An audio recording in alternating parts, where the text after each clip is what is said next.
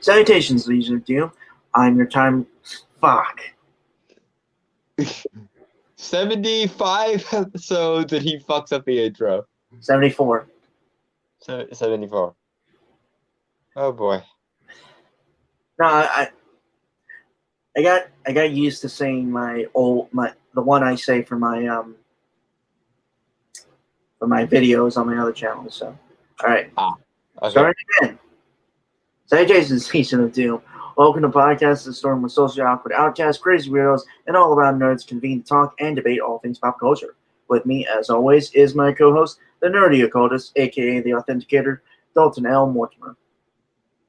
Hi folks. Brainstormer was drinking root beer before this and he didn't let me razz him for it before we came on because he was playing the intro, so I'm getting it in now. Lol. Yeah, take a drink, folks. As I just took one. Anyway, and I am your host / Time Lord wannabe, the Brainstormer of pop culture. How's everyone doing tonight? I am doing okay. I actually got decent sleep last night for once this week, so I got an okay one. Probably shouldn't have gone to bed around 8:30 last night. yeah, I ended up going to bed early too, though. So it was me. It was me too, I guess. But I got a good like hour of sleep prior to this. So anyway, kind of an eventful week. Yeah. More or less. I mean, there is some stuff we will cover next week. Yeah. Simply because we had too much this week. Yeah. This week is one of those fun ones where the stupid just keeps coming. Although it seems Dalton was able to find more of it than I was. Yeah, blame my Google feed, because apparently Google now knows that I look for stupid and therefore send me the stupid. I had to really search for it and I can't find it. Is that ironic? It might just be that you're not looking in the places that I usually look for it, maybe. I just mostly look on geek sites for news. Speaking of which, it's been a fuck ton of a while since we did a Mary Sue. I've looked. I constantly look there every week, and hardly anything of actual fucking note. I think maybe the pandemic has made Mary Sue not pay attention quite as much. Mainly, it's just been politics. Of course it has, because we're a few months out from an election and everything is political, don't you know? Yeah, I know. So nothing really for us to cover as nerds. Yeah, and no Rachel finding characters problematic because of stupid reasons that make me want to bash my head into a wall. Yeah. All right. So anyway, kind of moving to our first article, which I don't think will take that long. No, the Bounding in the Comics articles almost never take that long because we usually skip over most of the editorializing from Bounding in the Comics because very often we agree with it, and right. The story itself is momentary to comment on usually. Mm-hmm. All right, so excuse me. Black Panther's Michael. Okay, yeah. So this is from Batman Comics. Black Panther's Michael B. Jordan calls for Hollywood to divest from police. Am I saying that word right? Yeah, you were saying that word correctly. I was worried I wasn't, and it basically means to officially distance oneself from or to disown, basically. So yeah, they want to distance themselves in an official capacity from the institution of the police, or completely disown the institution of police relative to Hollywood. mm-hmm. In other words, stupid. You're so stupid. I'm not going to count this as a mark to Michael B. Jordan. Oh, right. I'm sorry. This was written by George Arenas and published July 7th, 2020. Mm-hmm. I realize this is for Bounty and Carver's article, but I feel like I do that for every other article. I feel like we should, if nothing else, we should give the writers their due when they make a good point. So, yeah, fair play. Yeah. All right. Black Panther and Creed actor Michael B. Jordan joined the organization Color of Change to call for Hollywood to divest from police. Well, I'm not to be honest. I like Michael B. Jordan. It kind of tampers my image of him, but I'm not holding it much against him. The stupidity seems very contagious at the moment, and I can understand why, considering from what I have heard, a lot of Killmonger's motivations in Black Panther were Michael B. Jordan's idea, so it seems like he is the sort that pays attention to this kind of racializing stuff. Right. And with George Floyd being the issue of the day, I can totally see why he's on board with this. All right. Okay. So, Color of Change describes itself as dedicated to building power for Black writers, producers, and creators. We work to raise industry standards around hiring and representation, resulting in more authentic portrayals of Black people and issues on screen, more nuanced Black stories, more diversity in writers' rooms, and real accountability when media companies cross the line. Okay, I don't know, because I feel like you're going to do it. Maybe not like a tangent or anything, but you have something to say? Yeah. I do want to say I have no real opposition to this. It's more of not the implication, the context behind it. Thank you, Don. And my whole thing is, what I don't care if the writer is Black or not. If the writer has a fucking merit and is a good ass writer, and like can tell a story that grips the audience, it shouldn't matter if they're Black or whatever. I mean, don't get me wrong. Probably writing a story for that of a person who's kind of gone through that lifestyle and stuff kind of helps. Yeah. But I'm just saying, like, trying to get the words here. Just make good stories and stuff. Like, if you want a diverse writer's room, then have people from all walks of life, Yeah. Diverse doesn't just mean, estrogen and melanin. It doesn't just mean women and people of color. It means people of different worldviews and different positions as well. Because, and I know I make myself a broken record when I say shit like this, but identities are not teams. You take a wealthy Black man from, Upper East Side, New York, and you compare it to somebody from a ghetto in Atlanta, they're not going to agree on much, I would imagine. Don, to bring up an example. I mean, if you have anything else to say, then I can. No, go ahead. Yeah. The whole example. We were talking about like some stories I was writing prior to the stream. Mm-hmm. And like I gave you a rundown of the various different characters I've written.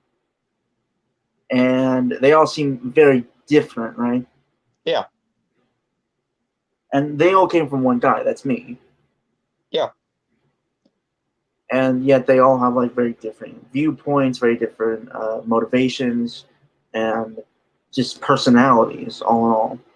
Mm-hmm. And that's actually a thing uh, I've always worried about myself as a writer, if I make the characters sound the same, because that's been a real big problem in like writing stories these days. Yeah, some writers have one good story in them and they tell it over and over. It's not that. You remember how like a lot of people have said like when they're reading like modern day Marvel or DC comics, the characters tend to sound the same. Even when they are supposed to be directly distinct from each other. Like and this is my example because I'm me, but I can't remember the last time Doctor Strange actually talked like Doctor Strange. To the point that even in the MCU, he'll do it occasionally and characters will look at him sideways like what are you say? Like I remember in Infinity War, Doctor Strange goes, "There will be destruction on a scale hitherto undreamt of," and Tony Stark sideways glances at him like, "Did you just say hitherto undreamt of?" And I almost shook the screen while I was watching it for Well, like okay, the I will. 56th time, and it was like, "Tony, what are you doing? He's talking when he should talk. Shut the fuck up." Okay, I will. I'll play devil's advocate on that simply because that's just Tony himself. He's an Well, ass. yeah, it is Tony being a snarky asshole, which is fine, but I don't want them to make such light of it because Doctor Strange, in my mind at least, is always the adult in the room. While Spider-Man and Tony and everybody else are quipping up a motherfucking storm, Steven is more likely to roll his eyes and be like, "Can we now get on with this, please? I I have a universe to maintain the corporeal existence of here." So that's a tangent there, but Yeah, point but point point is, point being, each character should have their own voice, and it shouldn't just be the voice of the writer come through.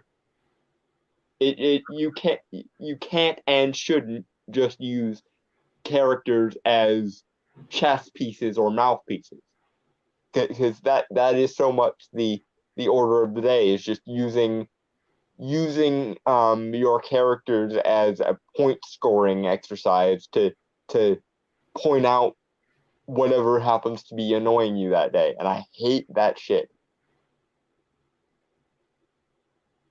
yeah. It doesn't mean you'll never have an impact on your characters. It would be stupid if that were the case, but you need to let the characters live on their own merits rather than because they're channeling you. Right. All right. The group also claims to collaborate with writers, producers, and executives to ensure characters and storylines are multidimensional and authentic. So basically, what a story and character should be.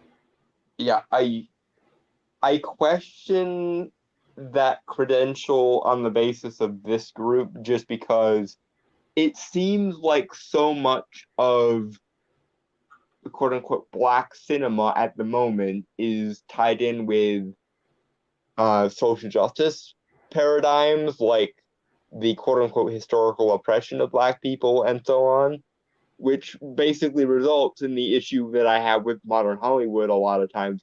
When it comes to black actors, there are two settings for Hollywood. There's slavery narrative or there's inner city narrative. And I'm not saying there's anything wrong with telling either of those kinds of stories, because Lord knows good stories have been told in both of those sort of subgenres. But it doesn't need to be every single story. Just like in every single horror movie ever made, the black person shouldn't always be the one to die. Honestly, you should do a story where it's many, like a horror story where there's many black people. Well, the problem there is then they make it about being black as opposed to telling a horror story with black people in it. Looking at you, Jordan Peele. Nothing against Jordan Peele's work, by the way. It just he seems to have what he's one of those writers that has the one setting and is very keen on that one particular setting. And that's fine if, you have a story that's predisposed towards that one setting, but if I have to watch another Jordan Peele Twilight Zone, I think my head might explode with rage. Ironically, I think Leprechaun in the Hood did it best. Oh dear. And the sad truth of that statement should cause everyone to start playing the world's smallest violin. Well, it's been a while since I've seen that movie. Granted, it's completely cheese, which is the whole Leprechaun franchise. So much cheese, yes. But that's kind of the point. I think it kind of devolved from actual horror to horror comedy, or was it always horror comedy? To be fair, with a Leprechaun is that, well, no, you could honestly tell a really fucked up horror story with a Leprechaun, considering fairies are fucked up, man. Well, I mean, you remember Wishmaster, the Djinn? Yeah, with the Djinn. God, I love Wishmaster. It was so awesome. Yeah. So that's a tangent for another day. Anyway, again, it's like you're kind of just stating obvious facts, but again, with the context, that's the problem.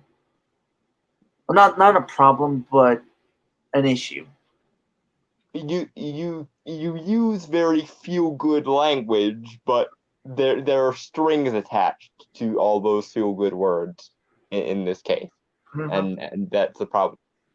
Because nobody who ever does an evil thing thinks they're doing an evil thing. They all think they're doing it for some lofty greater good, and the greater good therefore is very, very terrifying.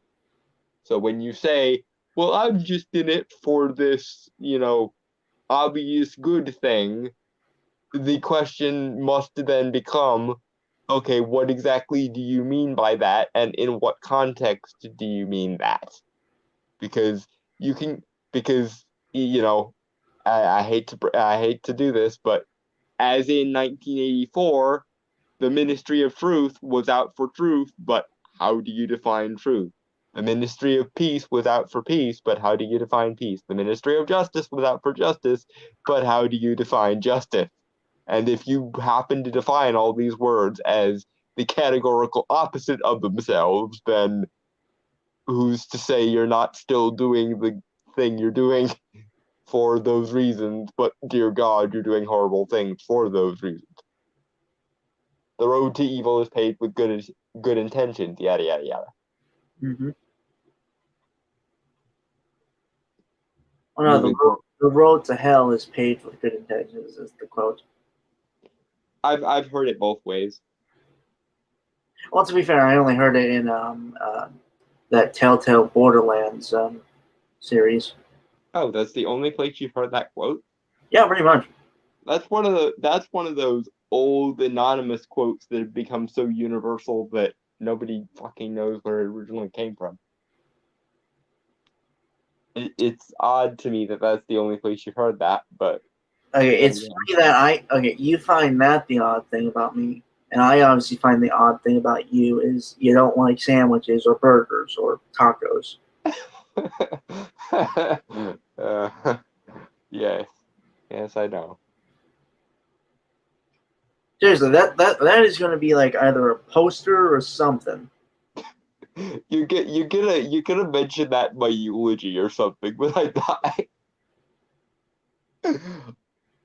like I could almost see it. Like most people would say the odd thing about Dalton was, and then you'll list all the obvious weird shit about me.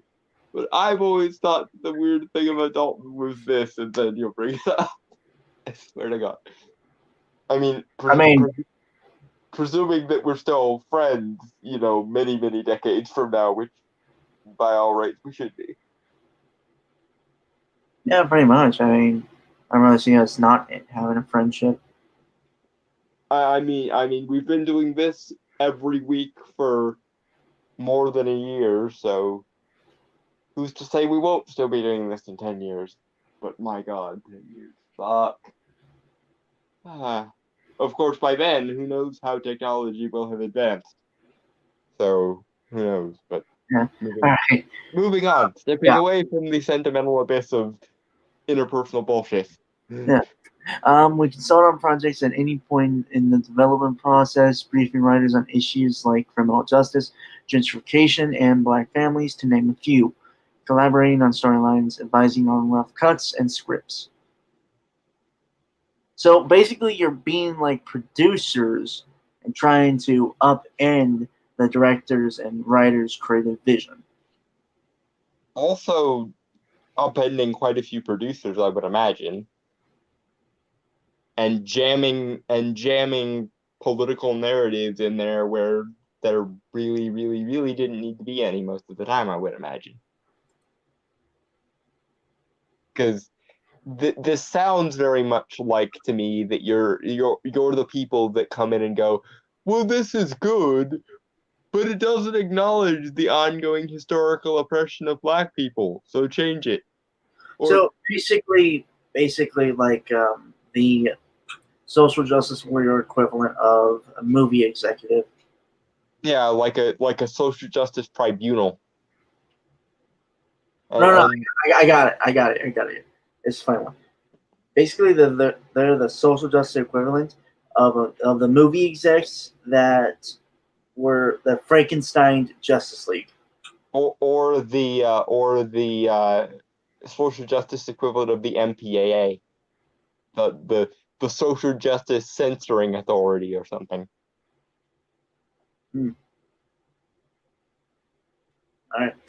All right. They tout. And I'm not saying that's definitively what this organization does. It's just this is really how it's coming off to me.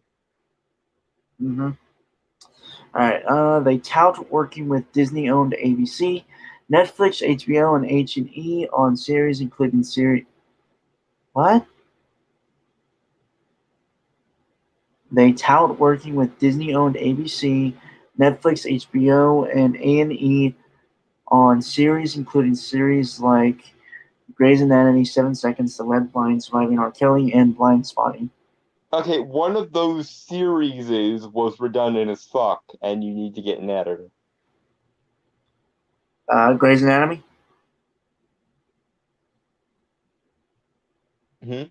I'm guessing that's a redundant as fuck series? No, they used the word series twice there, and it was really clunky. They worked on series, including series like, and one of the Yeah, I know. Like including the like, or including things like, or like using the word series there both times was really clunky, is all I'm saying. And it would have been a thing that a good editor would have caught. Yeah. Recently, the organization shared what they describe as Color of Change and Michael B. Jordan's roadmap to real change. Before diving into the nitty-gritty of the roadmap, they call for 4 basic demands. First, they want Hollywood to divest from police. No.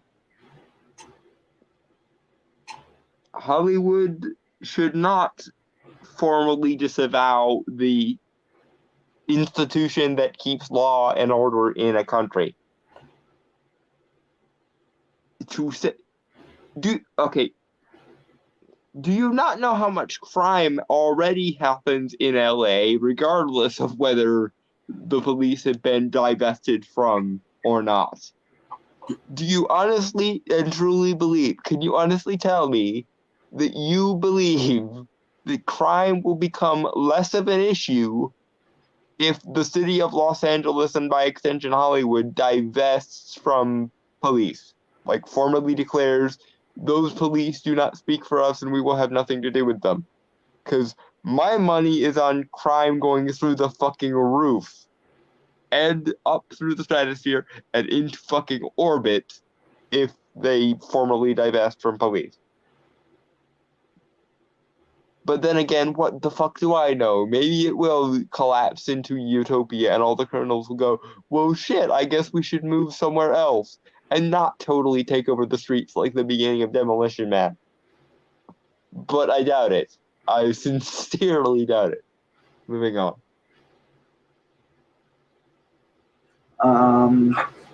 Second, they want Hollywood to invest in anti-racist content. Motherfucker, Hollywood hasn't been that racist since the 50s, maybe 60s. Well, I mean, even in the 30s, the woman who played the significant role in Gone with the Wind still won an Oscar. So we've been chipping away at it for decades, pretty much since Hollywood started. And yeah, at least in like at least in what you could call modern Hollywood, not only are they quote unquote anti-racist, but they're basically doing the thing with the whip where they're like giving themselves 40 lashes for ever having been racist by trying to compensate for it. Also, once again, I must ask, precisely what the fuck do you mean by anti-racist? Because to me and a lot of other people, anti-racist just means don't fucking pay attention to people's race at all. Don't allow it to become a factor influencing your decisions, and move on from there. Right. I mean, if you want to tell a story about race, that's fine. And just you gotta handle it. You gotta handle it in a way that doesn't come off as preachy or propaganda. Basically, don't make racial propaganda, and then people won't have an issue with it for the most part.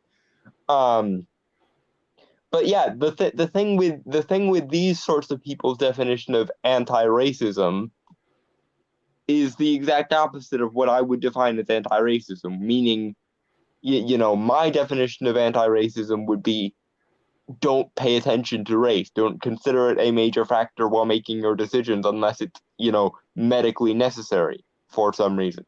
And in Hollywood, it would never be medically necessary unless a famous actor drops dead of a racial specific disease or something. Whereas these people, I think, consider basically not doing the artistic equivalent of affirmative action to be racist, and therefore their version of anti-racism would be focused so much on race that nothing else matters. And in which case, no. And this is why I brought this up, because nearly as important as what you think you're saying is what is how you define your terms. And anti-racism is one of those words that, much like the Ministry of Truth, can go either way. Moving on.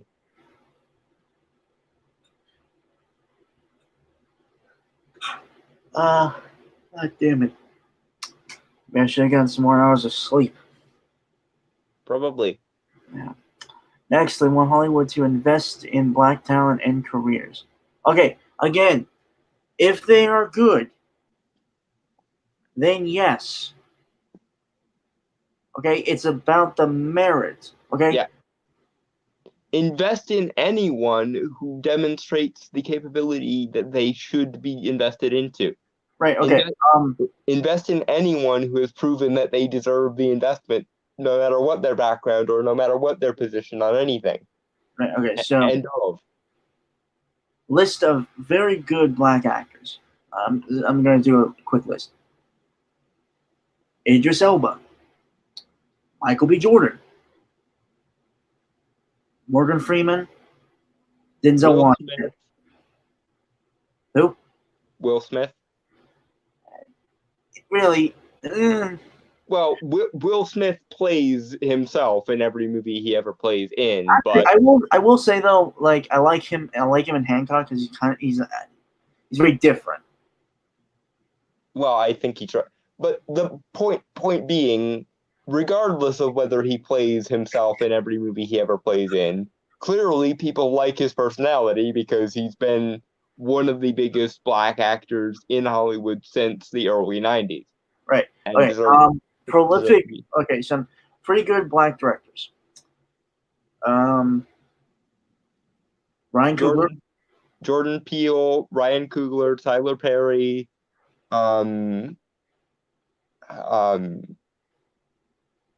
Shit.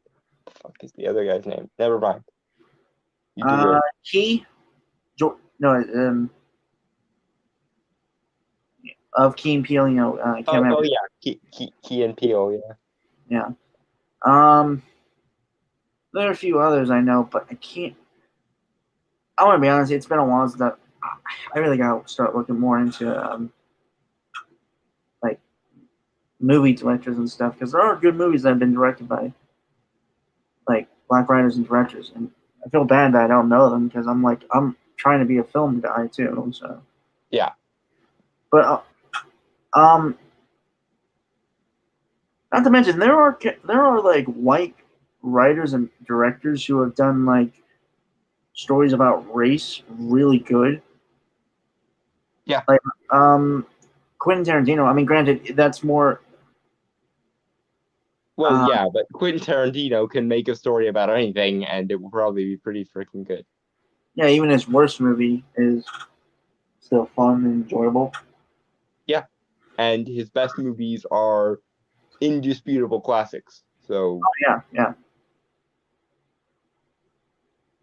Django Unchained. I mean, wow.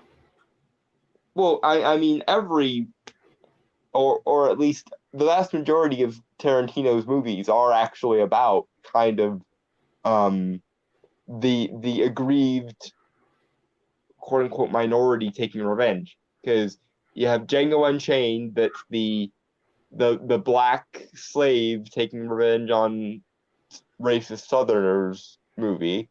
Then you've got Inglourious Bastards, which is the Jewish, sect of people taking revenge against Nazis movie. Then you've got Kill Bill, which is basically A woman revenge power fantasy. Yeah, woman takes revenge against somebody that did her extremely wrong movie. So yeah, right. Tarantino is good at making those sorts of movies. You all should ask Tarantino how he does it. Also, foot fetish. Well, yeah, but I mean, granted, that's never been confirmed, but we all know. Well, given the other sorts of fetishes they have in Hollywood, I am willing to let that one slide. Because oh boy, Hollywood, you are a wretched hive of scum and villainy, if ever there was one. Yeah, I'm sure a lot of twisted and the most evil of like supervillains in comics would be like, what the fuck? Yeah, just damn. Yeah. Anyway, what was it? Finally, they want Hollywood to invest in black communities. Again, context. What is the fucking context of that? So you directly, and moreover, you directly want Hollywood to get involved in politics. That's how we get propaganda. Yeah, fuck and no. Because quite frankly, I don't think the rich should get to dictate what goes on in our civilization. They should have a voice, just like every other fucker has a voice, but it's quite different when you can literally buy and sell candidates. Because the candidates of a democratic, representative democratic republic, which is what America is, should be beholden to all of its citizens equally.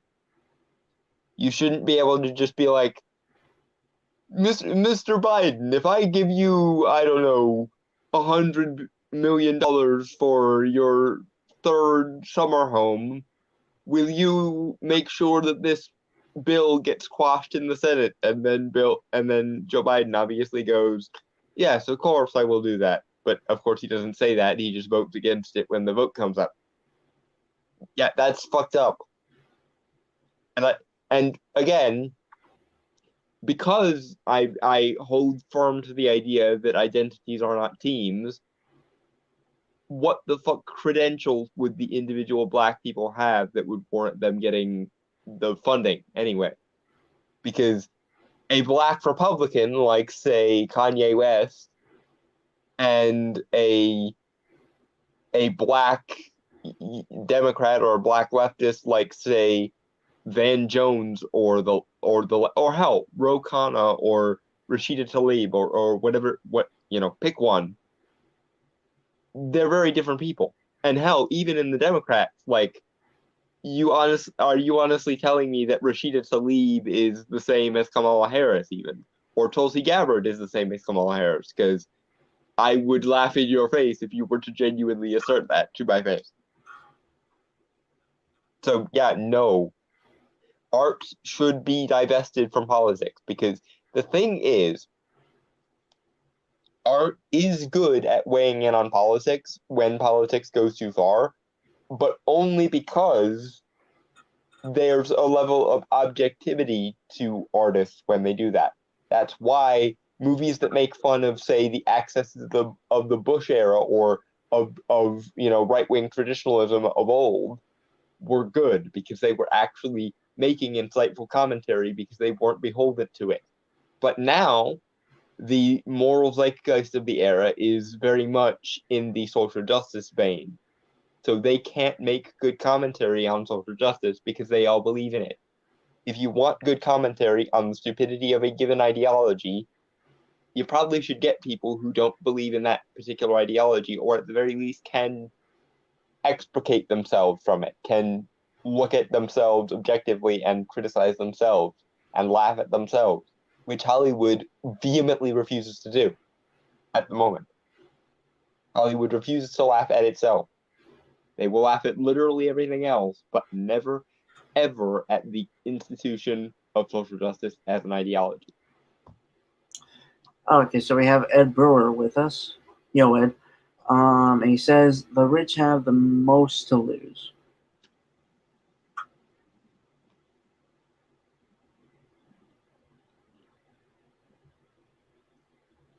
Yeah, but they're also least likely to lose it because of the very nature of what it is to be rich, unfortunately. Because let's be real, if Mark Zuckerberg or Jeff Bezos loses $100 million tomorrow, that will suck balls horribly, but they will still have several billion other dollars to fall back on. Whereas if, somebody living in a trailer park or an inner city loses even $10,000, they're homeless for the foreseeable future. So I think we, and I'm not the kind of lefty that goes, hate the rich, eat the rich, etc. I'm the kind of lefty that goes, let's raise up the floor and the ceiling after we've raised up the floor to a reasonable standard, then the ceiling can go as high as it likes. But let's also keep in mind the scale of what we're talking about here. Because poor people who lose money probably aren't eating tomorrow. Rich people who lose money, depending on obviously the size of the money they lose, will be relatively fine either way. How much money would Silicon Valley billionaires have to lose for them to even be remotely middle class? Meanwhile, how much money would a working class person have to lose to be straight up homeless? That's the question.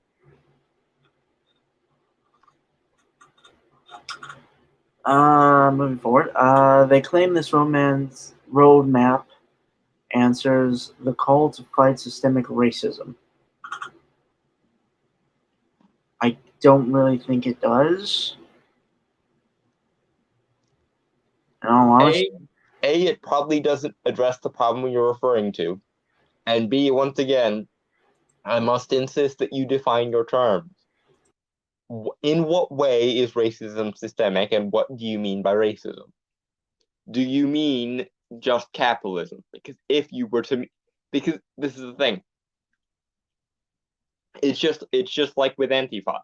They fight fascism while simultaneously defining fascism as an extension of capitalism and liberalism, like old school John Locke, Thomas Paine style liberalism. And the problem with that is that to everyone else, capitalism is not that. Capitalism is a perfectly reasonable position. But they see it as a softcore version of fascism. Once again, I'm kind of feeling that here, where like, what do you mean by racism? Do you mean the success of anyone who happens to be of a different race than you? Because if that's what you mean by racism, then fuck and no, sirs and madams, and others. Moving on.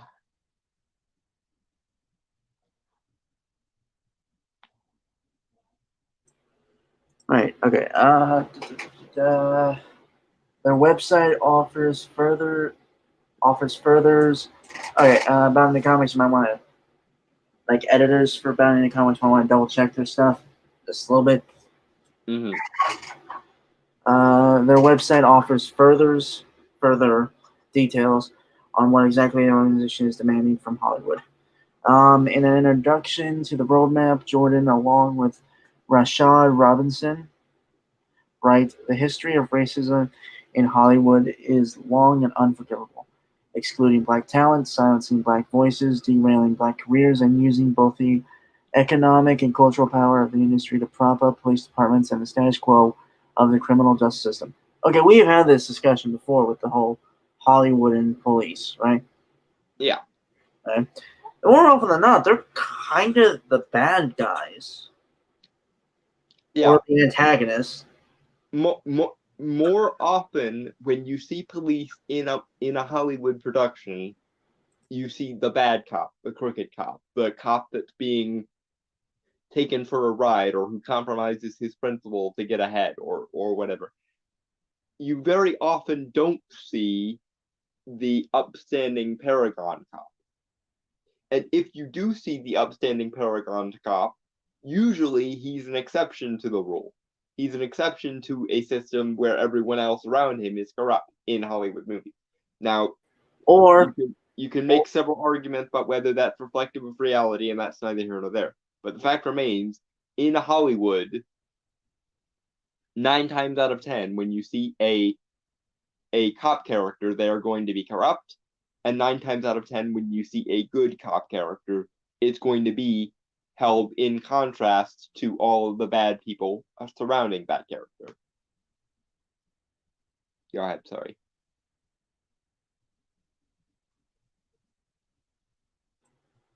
Or the paragon cop is killed because the whole cynical and jaded world does not care for your idealism. Yeah. The world is just too cruel and realistic to deal with your maverick idealistic way of dealing with things. Oh, it was beauty that killed the beast, etc. Yeah. That is all I have to say, and I will give me a moment. Mm-hmm. Okay. You read that. They continue. We can break the pattern and change the trajectory. The understanding of Hollywood's impact on society has never been more widespread, and the demand for addressing systemic racism in Hollywood has never been greater. We must answer the call to action. Oh yeah, that sounds like a rallying cry for. I don't want to say revolution because that sounds too cool. For basically anarchy and the overturning of everything that Hollywood is. And granted, Hollywood kind of sucks now, but yeah, but the current reason why Hollywood sucks is because they embrace ideologies like this. Well, also because they're not willing to try anything new. Well, yeah.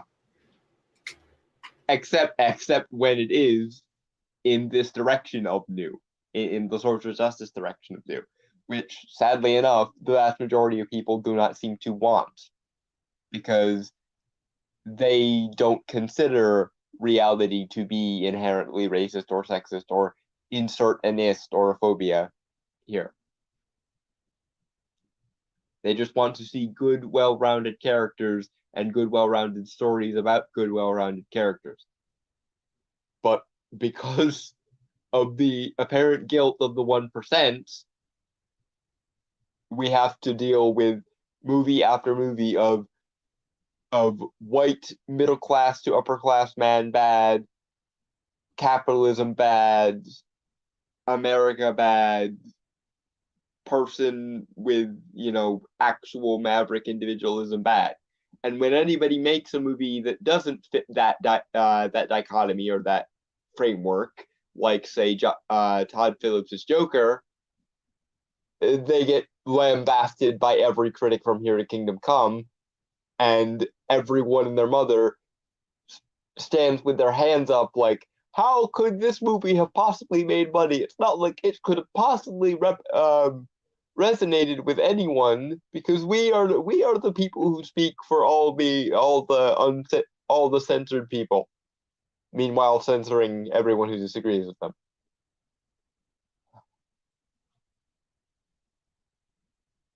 And never once spotting the hypocrisy at all.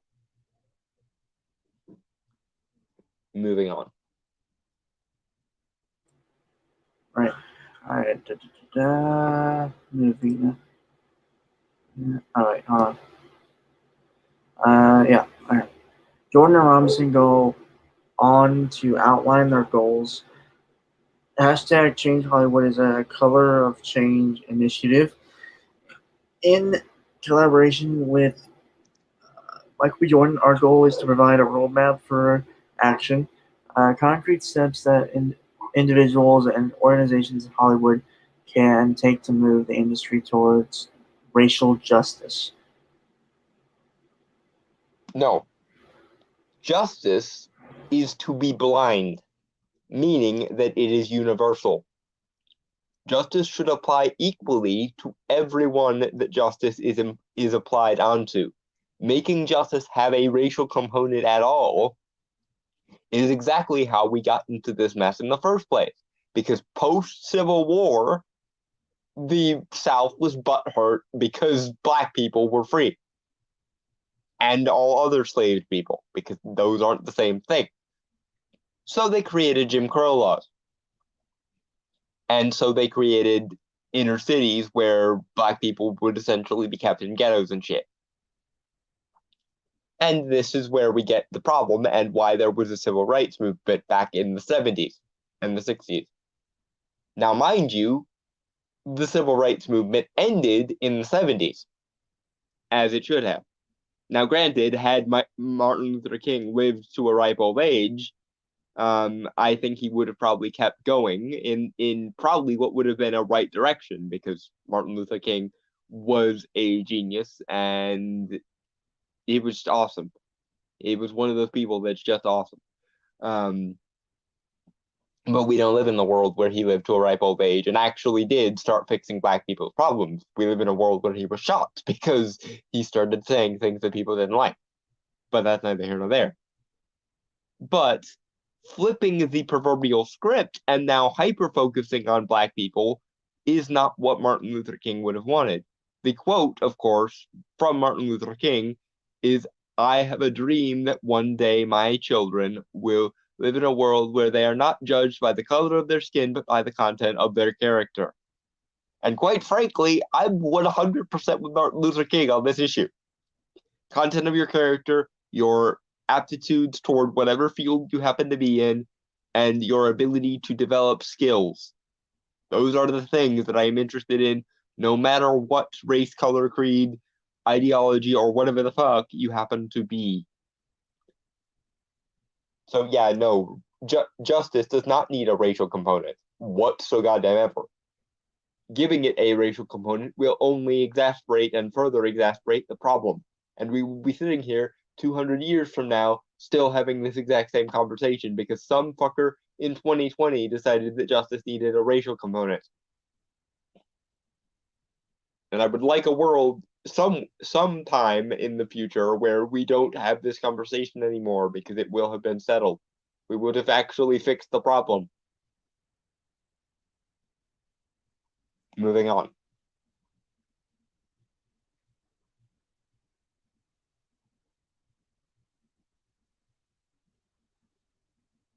Maybe.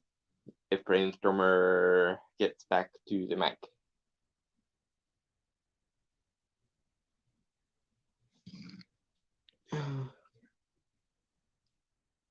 Okay, yeah, he messaged me and said he'd be right back, so we're fine.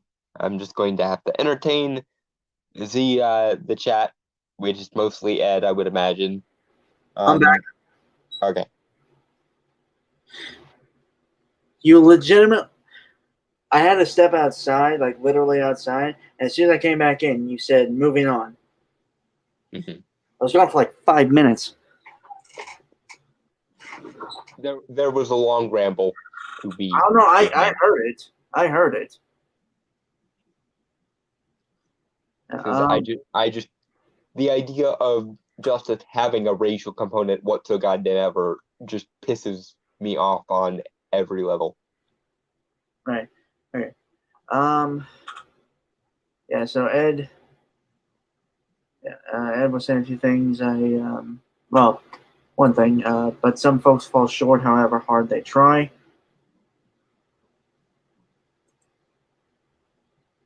Not entirely sure what that, because that was written at, well, messaged at 8:49 p.m. So I'm not entirely. Yeah, I don't remember what that was in reference to. Unfortunately, yes, that is the case, and it at that point is where I'm like, maybe we should adjust the system a little bit. But top to bottom revolution is bollocks and has ever been bollocks. So yeah, no. I think the system we have is pretty all right. It just needs a tweak here and there around the edges, which is I think entirely reasonable. Going, bargain basement Scandinavian style social democracy is a far cry from going full communist. Never ever should we ever go full communist. And incidentally, fuck you, China and Cuba and everywhere else that tries to go full communist and immediately burns itself. Russia. Well, Russia not quite as much anymore because Vladimir Putin kind of moved things to the right wing. But that's a whole nother separate issue. I don't think because I'm of the opinion that traditionalism doesn't solve anything either. Okay. Wait a sec. All right. The two continued collaborations like ours between an actor/producer on the inside and racial justice advocate on the outside can demonstrate the change that's possible and also provide resources that support a wide range of individuals and organizations to take action.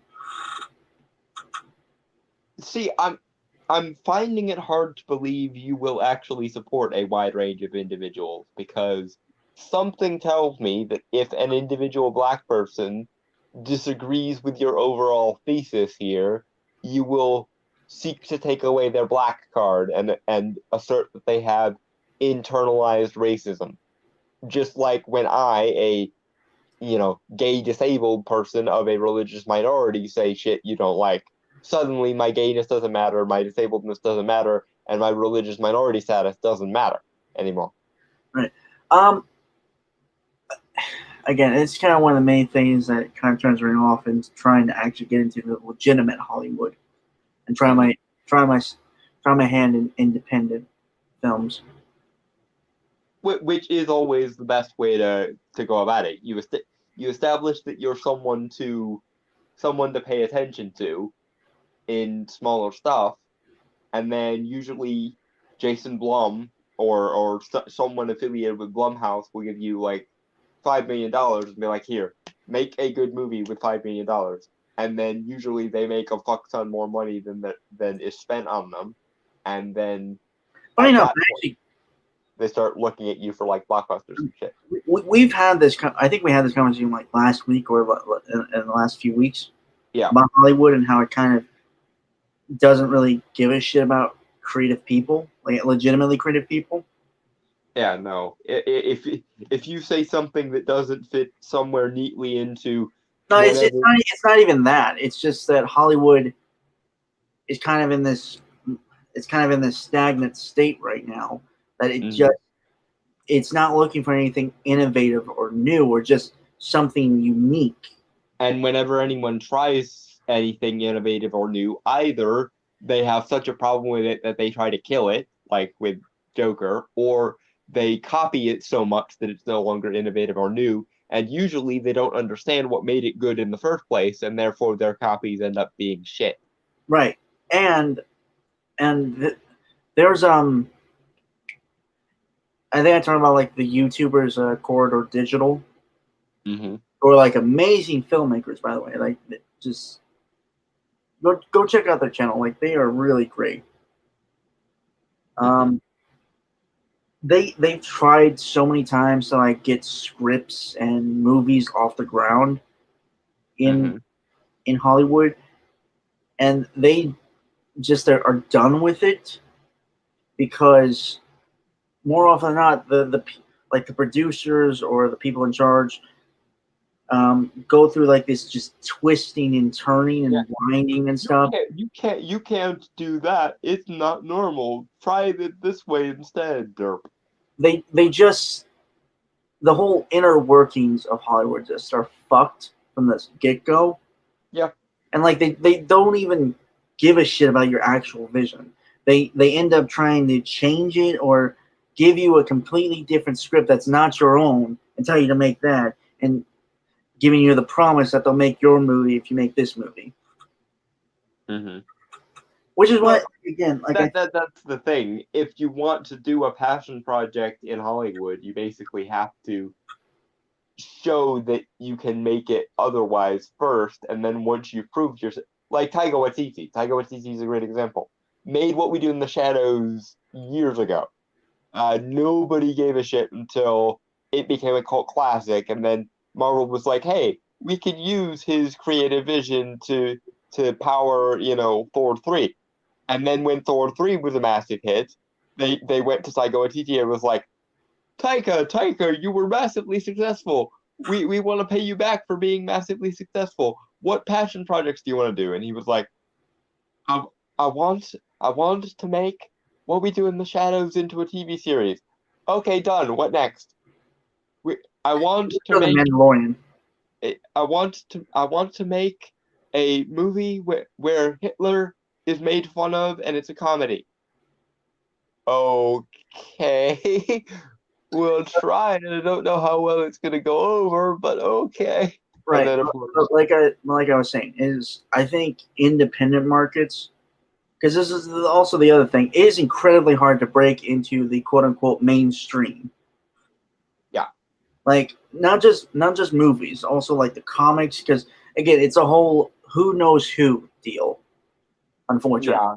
And it would be better if it were just a meritocracy, but alas, it is not just a meritocracy.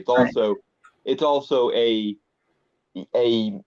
puritan. It's almost a puritanocracy where you have to prove that you're a moral person first, and prove that you pay the right tithes to the dominant moral force.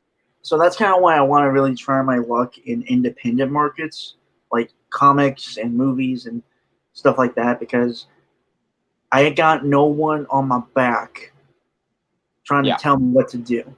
I'm my own boss in that. I wish you luck with that, but if I will say this, if Jason Blum shows up and offers you $5 million or $10 million or whatever, take it, because I will say this for Jason Blum, whether the movie is good or whether the movie is bad or what, however, Jason Blum is really good at letting his talents have however much free reign they can convince him to let them have.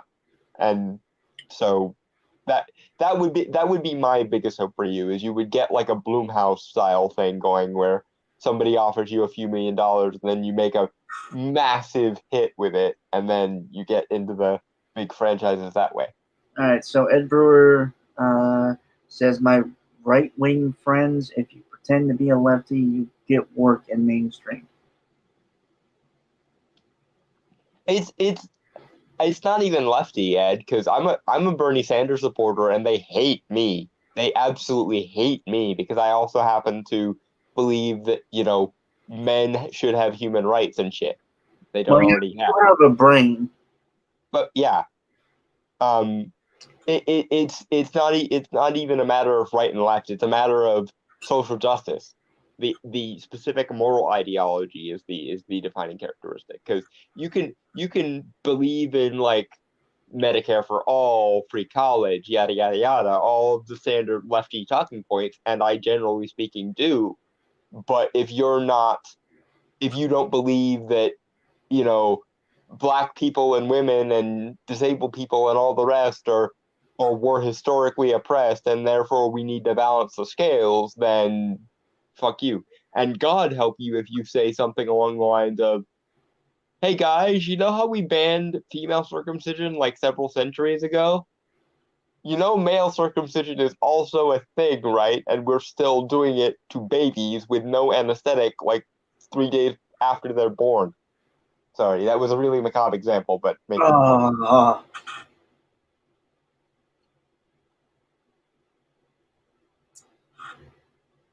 You say the weirdest of things, Don. And I know that's not saying much, but damn.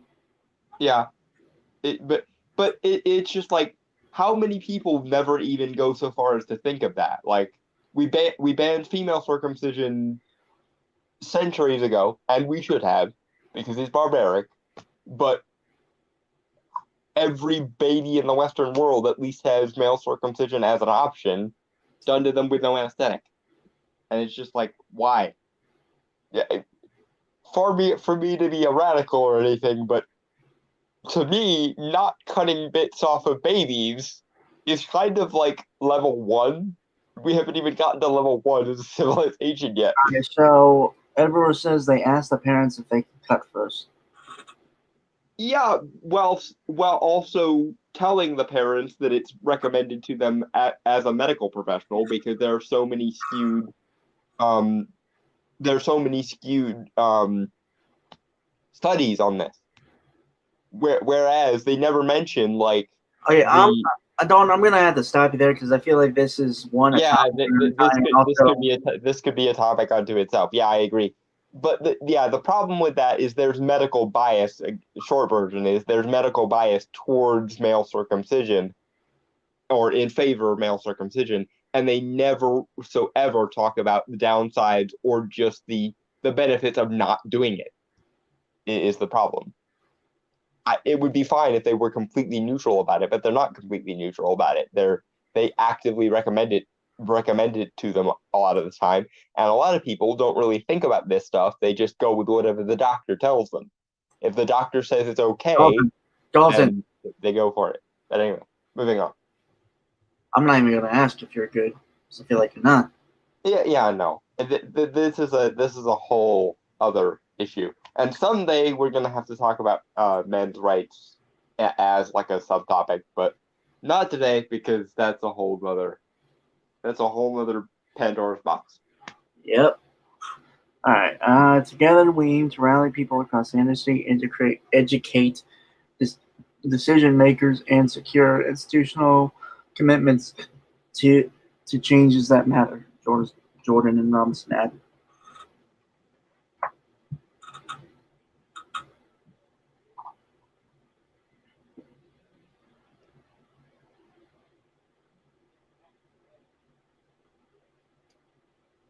I just read that again. I'm sorry. Okay, give me a sec. All right. Together, we aim to rally people across the industry, educate decision makers, and secure institutional commitments to change that matter. Jordan and Robinson added. Okay, but the changes that you're suggesting, number one, aren't going to actively fix anything, which means they functionally do not matter. And number two, as we've demonstrated throughout this article, you have a bias in favor of a particular ideology. So education in this case means indoctrination, because you're not going. It's exactly like the circumcision thing. You're going to recommend it to them as a social justice professional, and you're not going to talk about any of the alternative positions or any of the downsides or any of the benefits to just leaving things the fuck alone. If you're educating someone with a clear bias in one direction, that is not education, that is indoctrination. Especially if the people in question are not informed enough on the matter and cannot become informed enough on the matter because everyone agrees to the same position.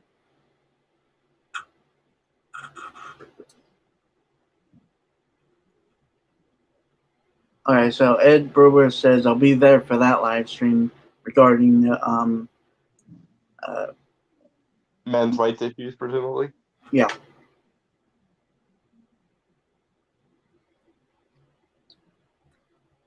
I feel like you'll be the one taking control. Yeah, like I said, you probably everyone who's watched the show for long enough probably knows that I'm a men's rights advocate because I often use facts about history that you don't really run across unless you are in sort of the manosphere.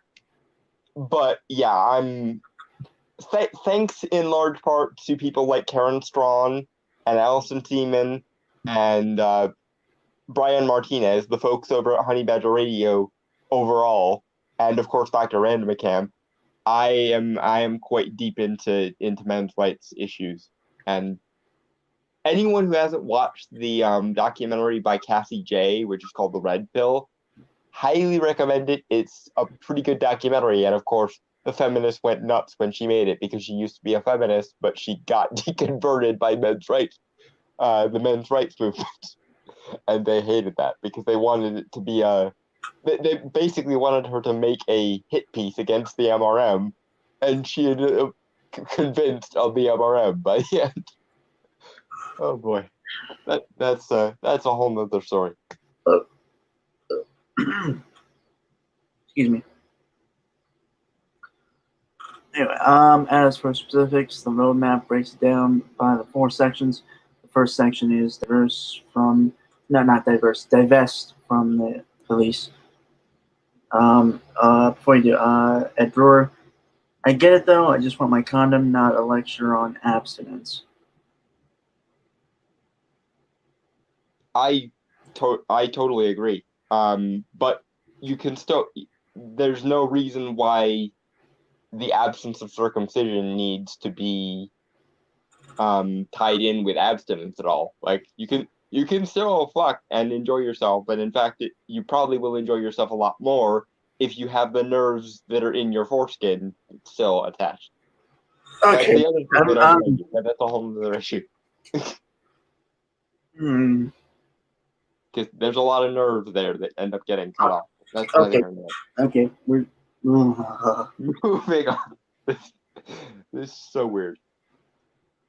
I mean, it's us, so. Yeah, it was inevitable. I'm just saying we should move on. Otherwise, this is going to become a completely different show. Roadmap states Hollywood must not use its economic power to prop up local police departments and other authorities to threaten and exploit black lives or promote anti-black practices. Oh, okay. Go fuck yourself. Seriously, like, the whole thing is, without police, it'd be total fucking anarchy. Or, at the most, we'll have fucking armed militias, which isn't better. Yeah, no, I would consider that much worse, because the thing with laws is we need to agree on some sort of standard of code of conduct. And I'm not saying they should be religious or ideological in any way whatsoever, but we need to agree on some level that these are the rules that are important not to break.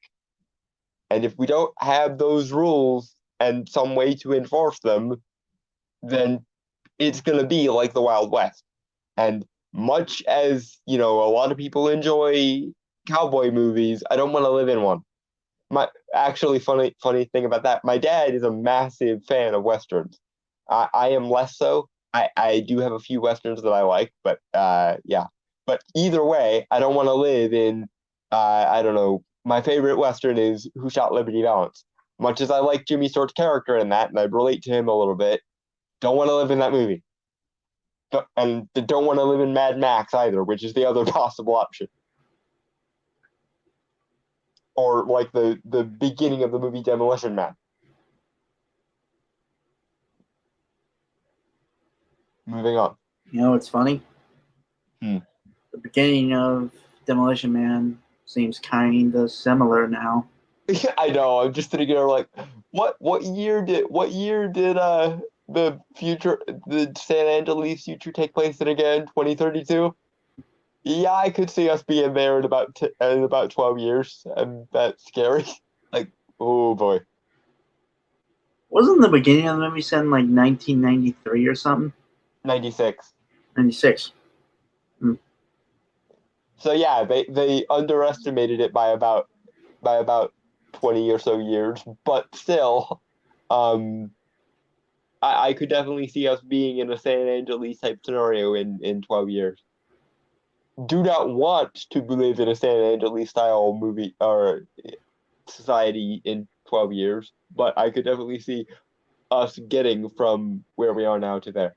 I kind of wish they kept the original script where Anne Hathaway was supposed to be Sylvester Stallone's daughter. His daughter or his granddaughter, I believe.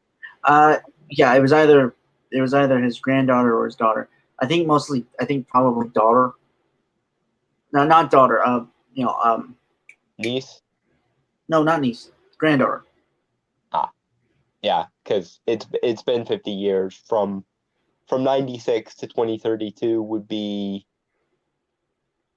okay. I'm 25 now. I'll be 35 in 10 years, and then 2 more. So yeah, it'd be like 37. No, it'd be almost 40 years in between there. Right. Okay. So yeah, probably. I just realized that in about 12 years I'm gonna be approaching middle age. That's scary. Oh boy. It makes you feel any better. You probably won't look any different. I hope not. But I'm trying to picture you with gray hair. It probably isn't that hard to be honest, because I already dress like the proverbial old fogey. But being that as it may, my main worry would be like early onset dementia or something. Because they say that people with higher IQs actually succumb to dementia quicker than people with lower IQs.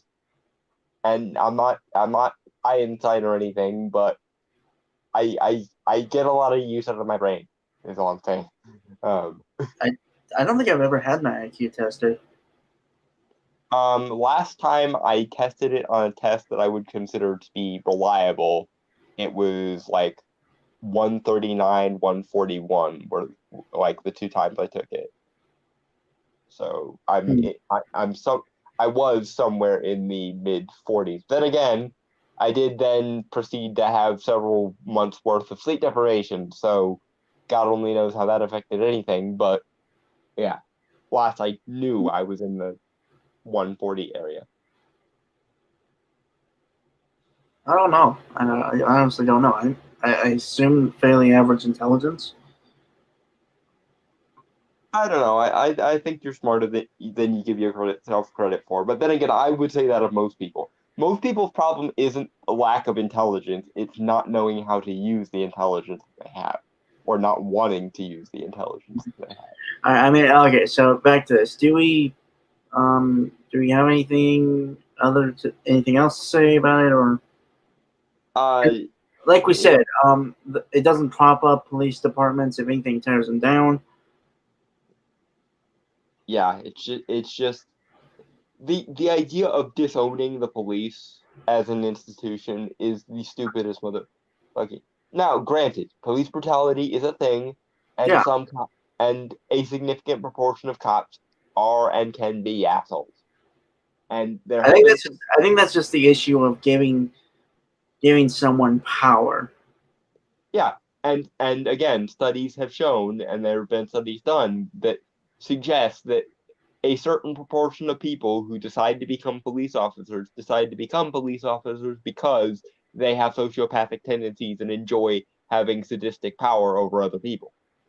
But that doesn't negate the people that just are cops because they want to serve something higher than themselves. because those people also exist.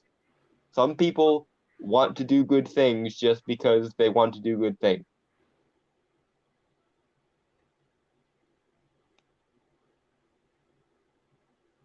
Moving on. It adds instead where you have or can build the power to do so. Advocate for alternatives and for reinvestment in Black communities. Okay, but here's the problem with that. If I was to do that, or my Black boyfriend, yes, I have one of those, did that, I don't think he would very much like our solutions. Because our solutions don't particularly jive with the whole Black people were historically oppressed thing. Because neither me nor my Black boyfriend nor any of my other friends who happen to be Black believe that, generally speaking.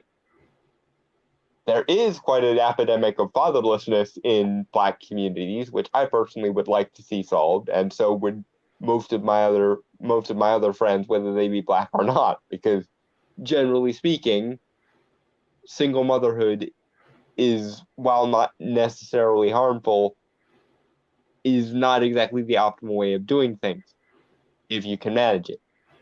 And encouraging it often also encourages young men to be criminal because they don't have a male role model to model themselves after. So they cling to whoever is the strongest, most authoritative person in their midst, and usually that's a gang leader or some other such criminal.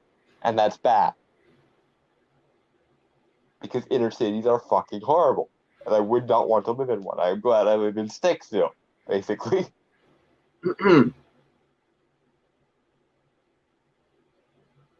Yeah, speaking on the behalf of the inner city, here's Brainstormer for maybe defending the inner city, although I don't think so. I'm in the middle, kind of like how I am on a lot of things. Mm-hmm. Yeah, I'm just not.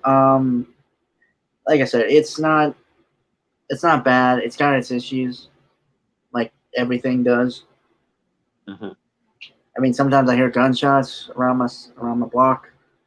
There've been drug houses, a few drug busts on my house. I No, find it's it not bad.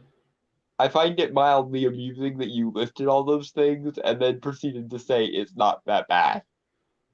Because in They're most very people, look. in I mean, most people's definition of bad, that's the first thing they think of. what I mean is, those things are kind of rare occurrences Mm-hmm. for the most part. Then again, you also live in a fairly small city, if I by like city standards, if I'm remembering correctly. Yeah, You don't live in like New York or Boston or LA or somewhere huge out of nowhere. granted though, I'd say my city's kind of more culturally rich Mm-hmm. than the bigger cities. Mm. Though, funnily enough, my boyfriend actually does live in New York City. So I probably could have asked him about his experiences in the inner city while we're at it. Although I think the area where he's living is a little bit nicer, or a little bit nicer part of New York, because I've never heard him say anything about getting almost stabbed or something.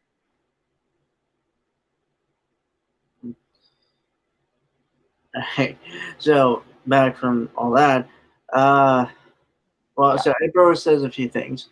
I'm thinking the first comment is referring to the police stuff we were talking about earlier.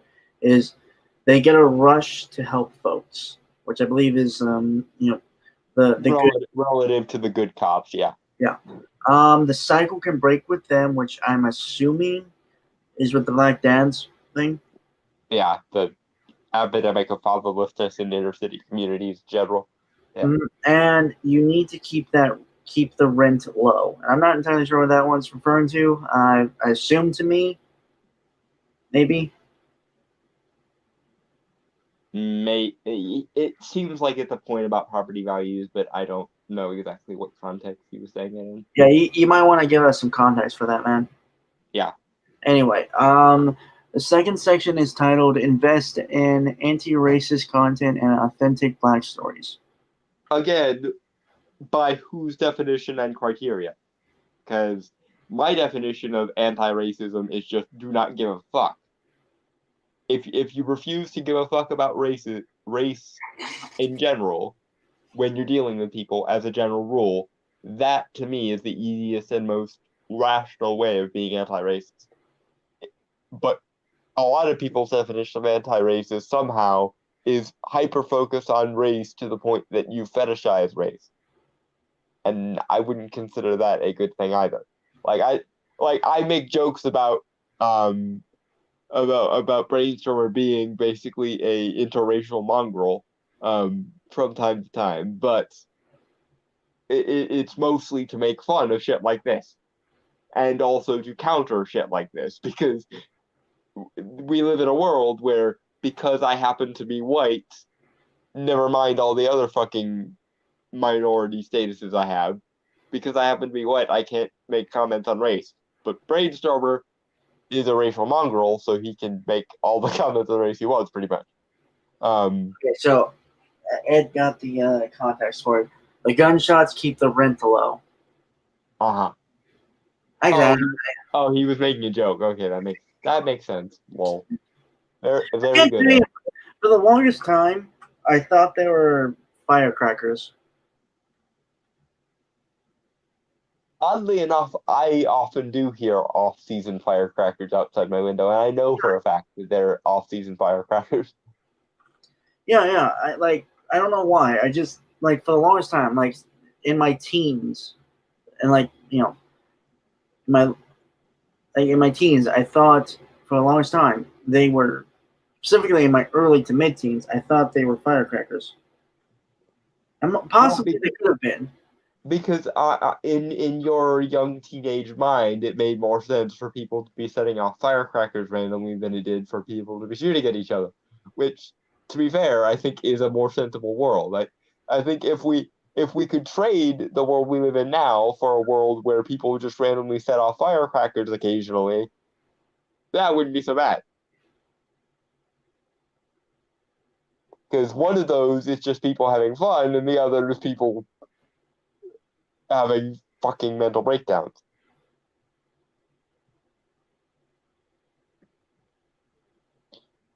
But anyway, moving forward.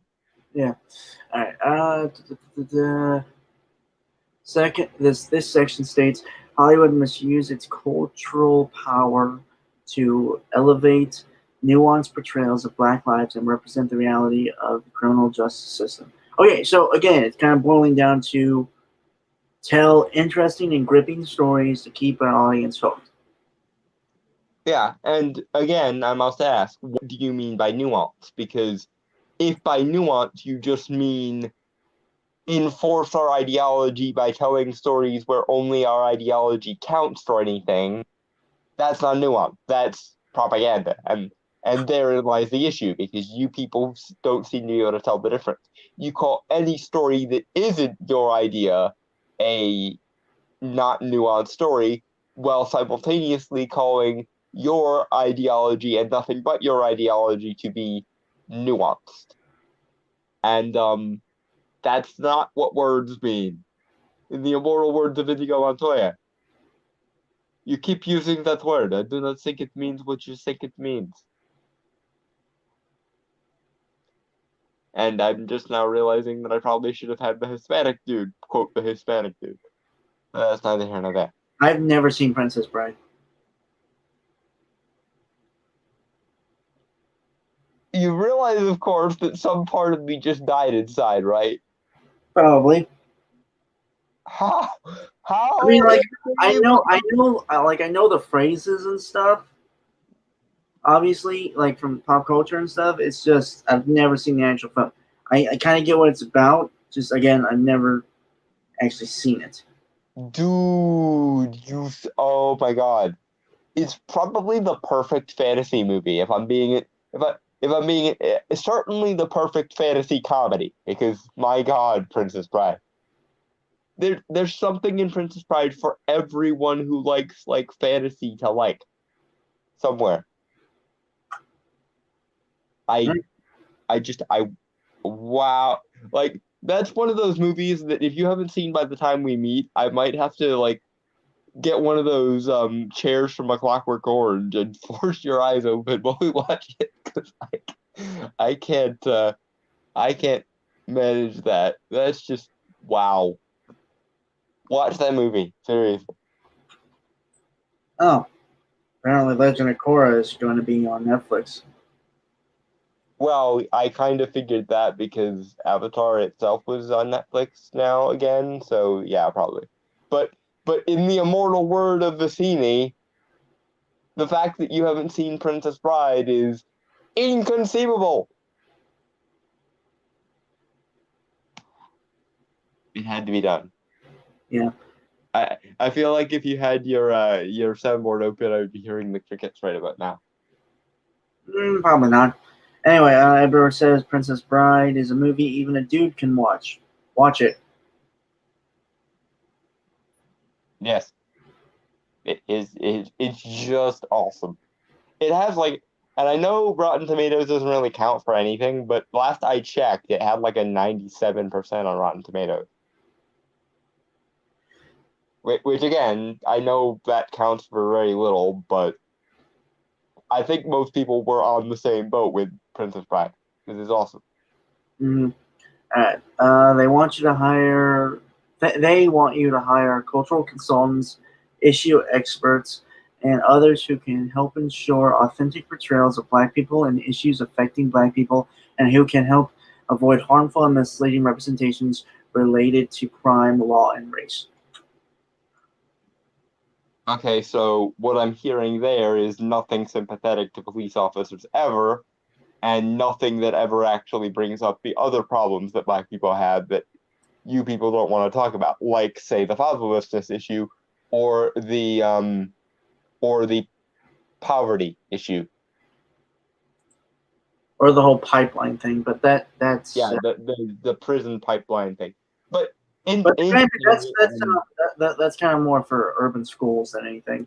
yeah, but either way, there are plenty of quote unquote Black issues that you people wouldn't touch with a 10-foot pole, and I have a feeling that anyone who did want to touch those issues with a 10-foot pole would be suddenly doing it wrong, in your opinion. And therein lies the problem. You want to be the person who determines what nuance is rather than just allow for it. Because you people are more concerned with authority than you are with substance. Moving on, sorry. Yeah. You know what's funny? I think there is a movie that addresses certain Black issues. It has Snoop Dogg in it. It's called Bones. It's like a horror movie from like the 2000s, I believe. I remember it vaguely. Wasn't there also a comic called that? I don't think it was the same thing. You're thinking Bone. Yeah. No, it's a Black horror movie. It's been a long time since I've seen it, but I recently saw like a video on it. It was pretty interesting. Mainly just address like the facts of like how crack kind of stole the cultural identity of Black people like in the 70s. Yeah.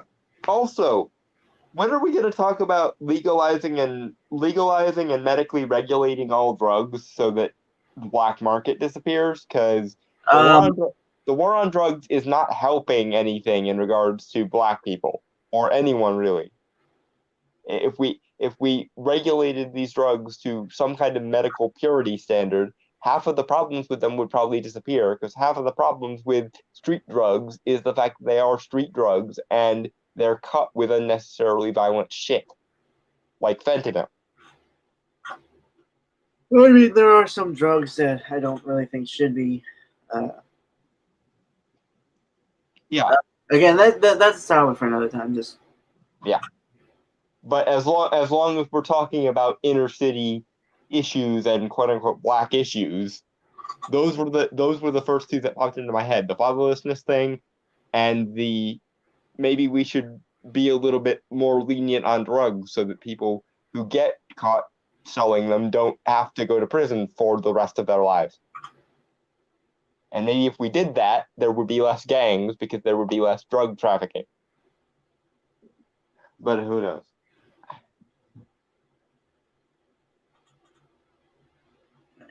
Okay.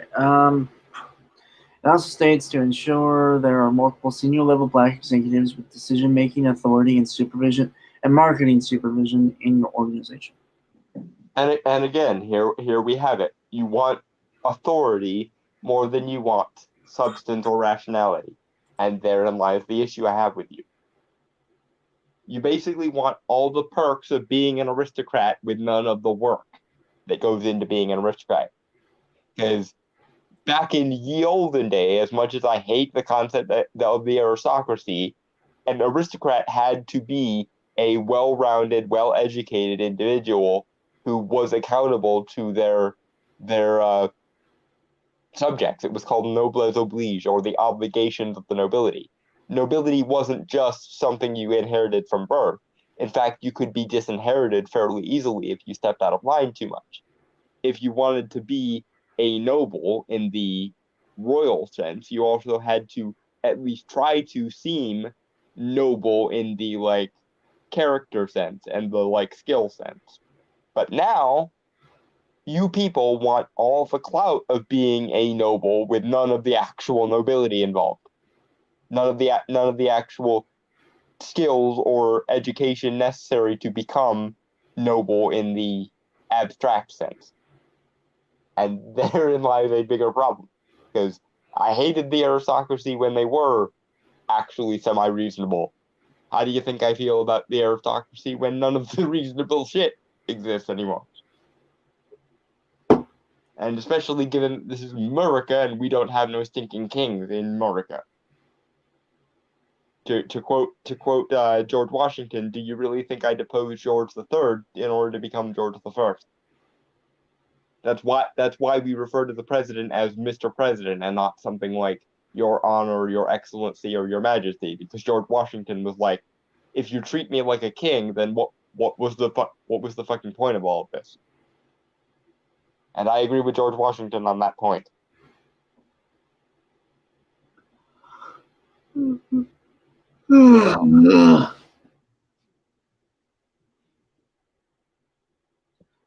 Okay.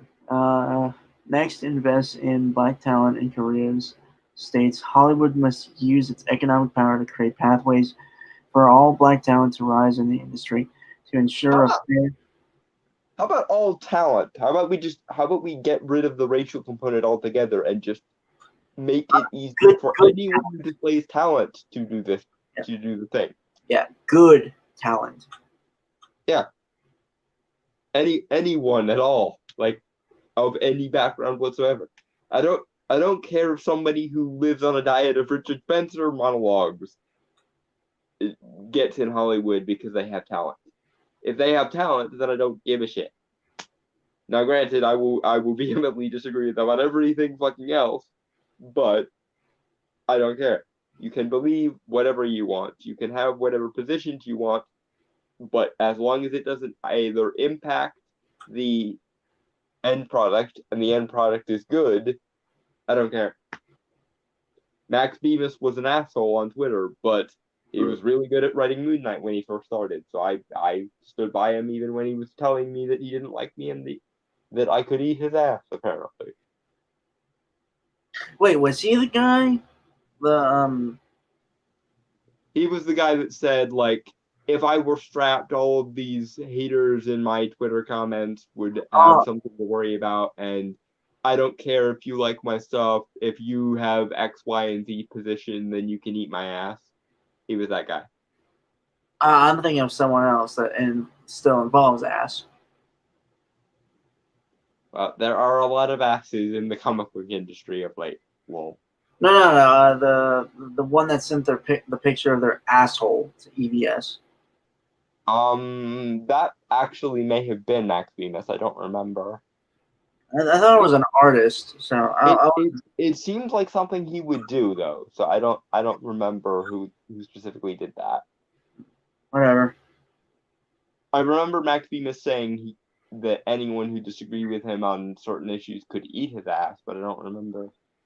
that might have been after I stopped paying attention to Twitter, because that was at the point where everyone in what used to be Comicsgate was making, here's the stupid thing that happened on Twitter today videos, and I stopped caring. Oh yeah. All right. So, to ensure a fair and inclusive work environment, and to work and support Black businesses and talent that are typically excluded from the industry. Okay. Why not just include all talent? Yeah, who's normally excluded by the industry? Isn't that inclusive? Given that it's literally including more people than you would be including.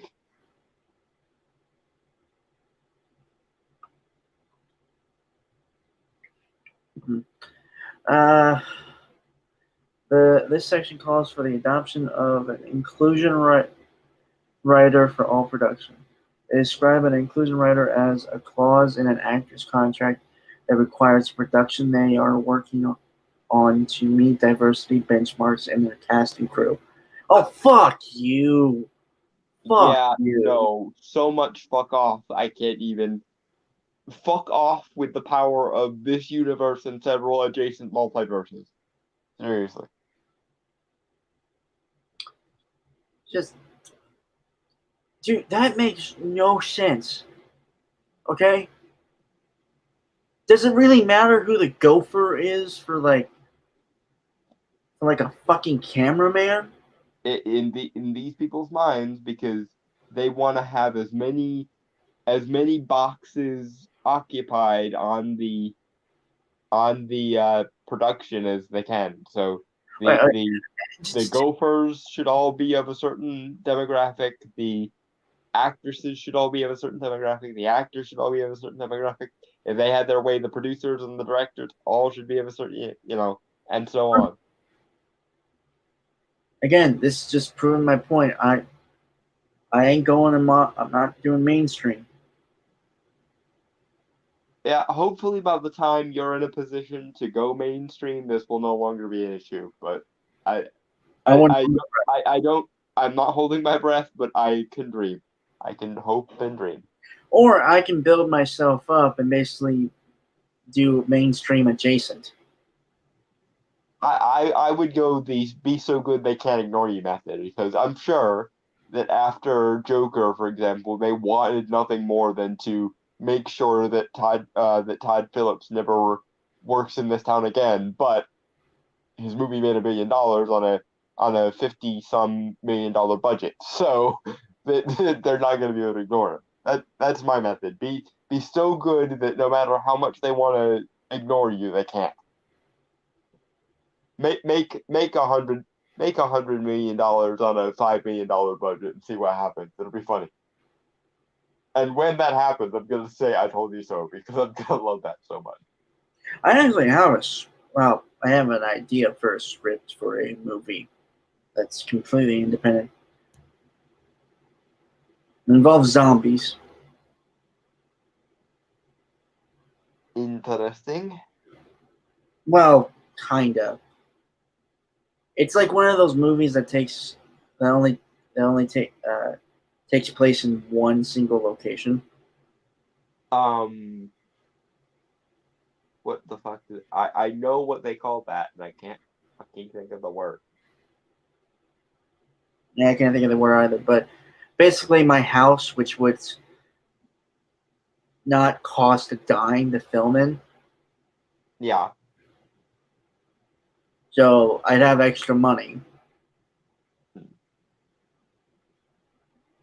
if I was to shoot it on a, yeah, which is the way you want to go about it if you're making like a student film or something along those lines. You use as many locations as you can use.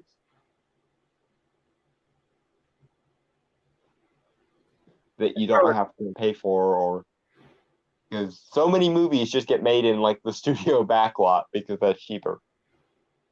Most of them look like shit. Yes. All right. Anyway, god damn it, we are taking too long for this one. Yeah, because this is the short one. Short my ass. Yeah.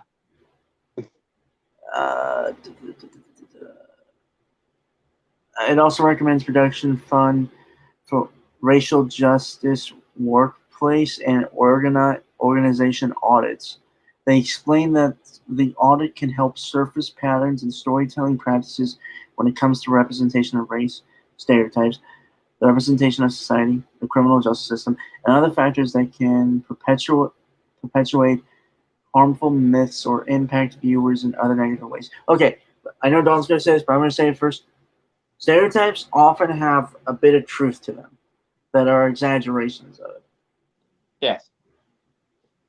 And furthermore, so basically what you're saying is not only do you want every studio in Hollywood to cater to your moral whims, but you want to make sure that you have a mechanism in place to double check that they are complying with your moral whims.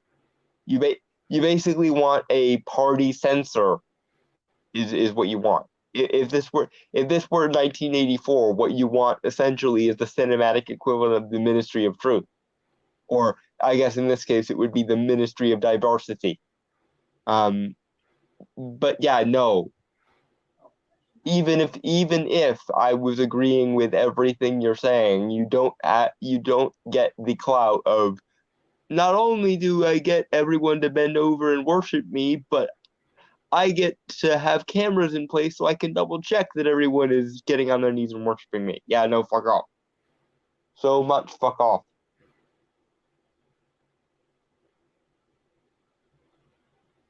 Yeah, but stereotypes, unfortunately, are a extension of things that actually happen. The word stereotype comes from the days of the old school manual printing press, where you would set a type that would apply to all of your pamphlet or work or book or whatever. It basically means magnification of type. So yeah, it happens. And unfortunately, sometimes things happen because they are true to an extent. Not saying they're flawless, but they exist. Oh, Jesus Christ. I just remembered something from my elementary days. Hmm. So, oh boy. So you know how sometimes in elementary school there'd be like people coming in and like do kind of like shows, teach you stuff. Yeah. We had one of those many times in a couple of years where there were puppets. Uh-huh. One was teaching us about stereotyping. Mm-hmm. Basically, the idea was someone had like the puppet. One of the puppets would have a DVD over their heads and like guess which DVD it was based on the characteristics of the person. Mm-hmm. And basically, it was a really, now that I'm looking back on it, it was kind of a preachy thing. Yeah, most of those like in-school performance things are very preachy. Yeah. Wow, it was really bad now I'm remembering it. Yeah, child, that happens to stuff from your childhood sometimes. Well, I'm just, it was very much kind of condescending. I remember correctly. Yeah, most things targeted to kids are always condescending. If you're a high functioning kid in an elementary school, I feel sorry for you because you will always feel belittled and condescended to. I can speak from a fuck ton of experience on this matter. You will always feel like you're the only functional human being in a room full of morons. And I am trying desperately not to bloat my own ego by saying that, but it happened to me a lot in school. Okay, so Ed Brewer said Neil Patrick Harris is gay in real life, but played a straight character on How I Met Your Mother. Eric McCormack is straight but plays a gay character on TV. Which do they prefer? Is one bad? I would imagine they would prefer neither, to be honest with you. Although, while we're on the subject of Barney from How I Met Your Mother, he was kind of the oversexed stereotype of like a stereotypically really, really straight dude. Well, And yet, also a Bachelor. yeah, and yet nobody bats an eye about the stereotype of all straight men as really, sex obsessed, machismo driven bastards. It's not untrue. Well, no, but as we just went over, some things are, there's a whole category of humor that is, this is funny because it's true. And as Chuck Jones pointed out, that humor is often 60% human behavior, 40% logic. And when you factor in evolutionary psychology to that becomes basically 90% logic, because human behavior, because it is constrained by evolution, also gets logic applied to it. I'll be honest, I like Barney more than Ted. Oh yeah, but I like basically anything that Neil Patrick Harris is in. Yeah. He's good at things. Though I do like it more when he embraces the gay, a little bit, like Dr. Horrible or the Music Meister in Batman the Brave and the Bold, where Dude,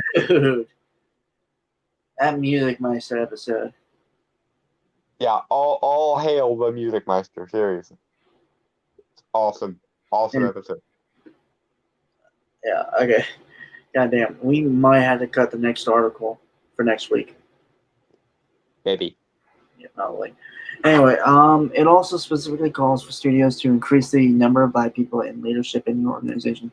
Did I already read that, or? I thought you did, but I could be wrong. Anyway, no, we did read. I did read that. We did cover that. Okay. Okay. Finally, the last section titled "Invest in Black Communities" says Hollywood should use its economic power to support Black communities in all cities in which it operates, and to support local Black businesses. Honestly, I would prefer that Hollywood keep to its fucking self, because again, it's similar to the politics thing of like, I don't want Hollywood to have any more influence over things than they already do. If anybody needs more input, it's the people that don't have $1 million to throw around here and there.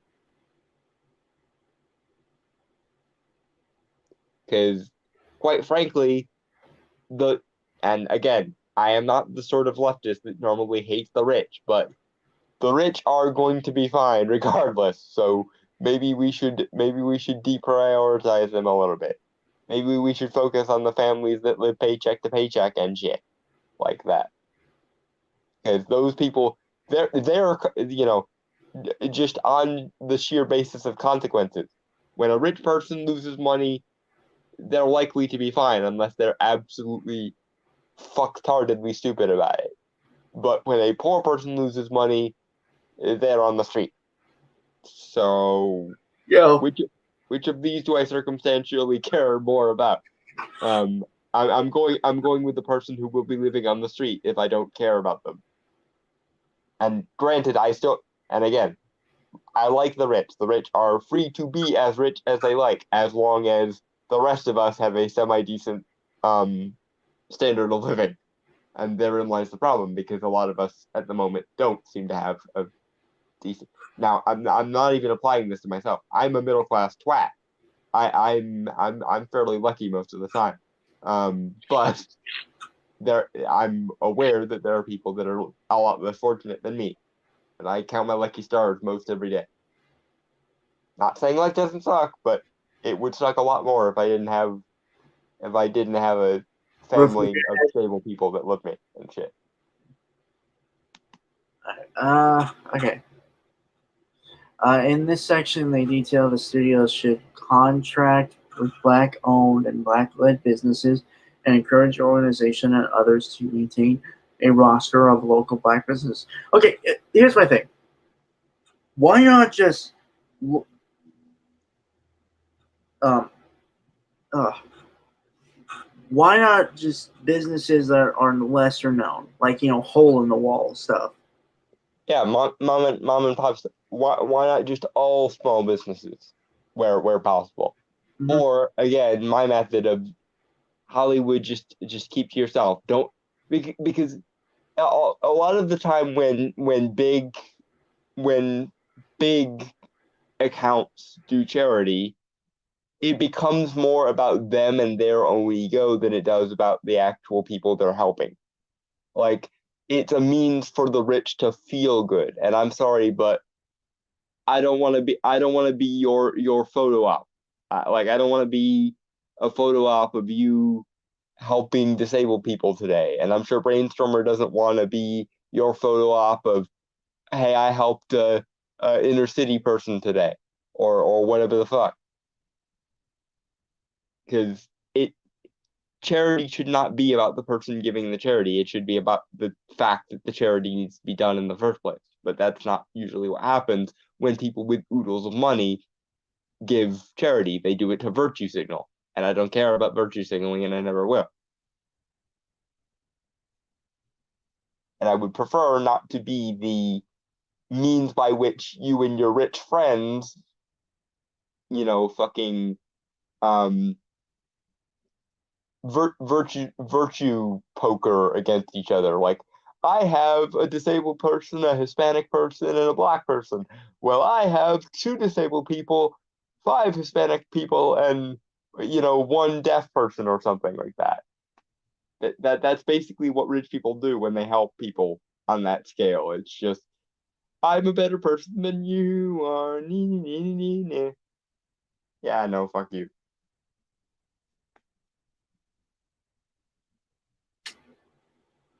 And Indeed. moving on. Yep. Okay, there was no Walmart when I was a kid. They do it for tax write-offs too. Well, yeah, that if they need to get rid of money that they otherwise wouldn't use, then they grace the plebs or the peasants with something. So yeah, no. That is the kind of rich person I don't like in any form, like in real life or fiction. So if I write a rich character, more often than not, I make them a philanthropist or an entrepreneur. Yeah, because the other kind of rich person is just, I have so much money that I literally can't use it all. Oh, I guess I'll give some to the plebs. Ironically, that's what Batman does. Obviously as more of a Well, he's a fuck ton more practical about it. Like, if you told Bruce Wayne these are my problems, he wouldn't go into a lengthy academic diatribe about, you don't know what your own problems are. I know your own problems better than you do. Therefore, I can help you better than you can help yourself.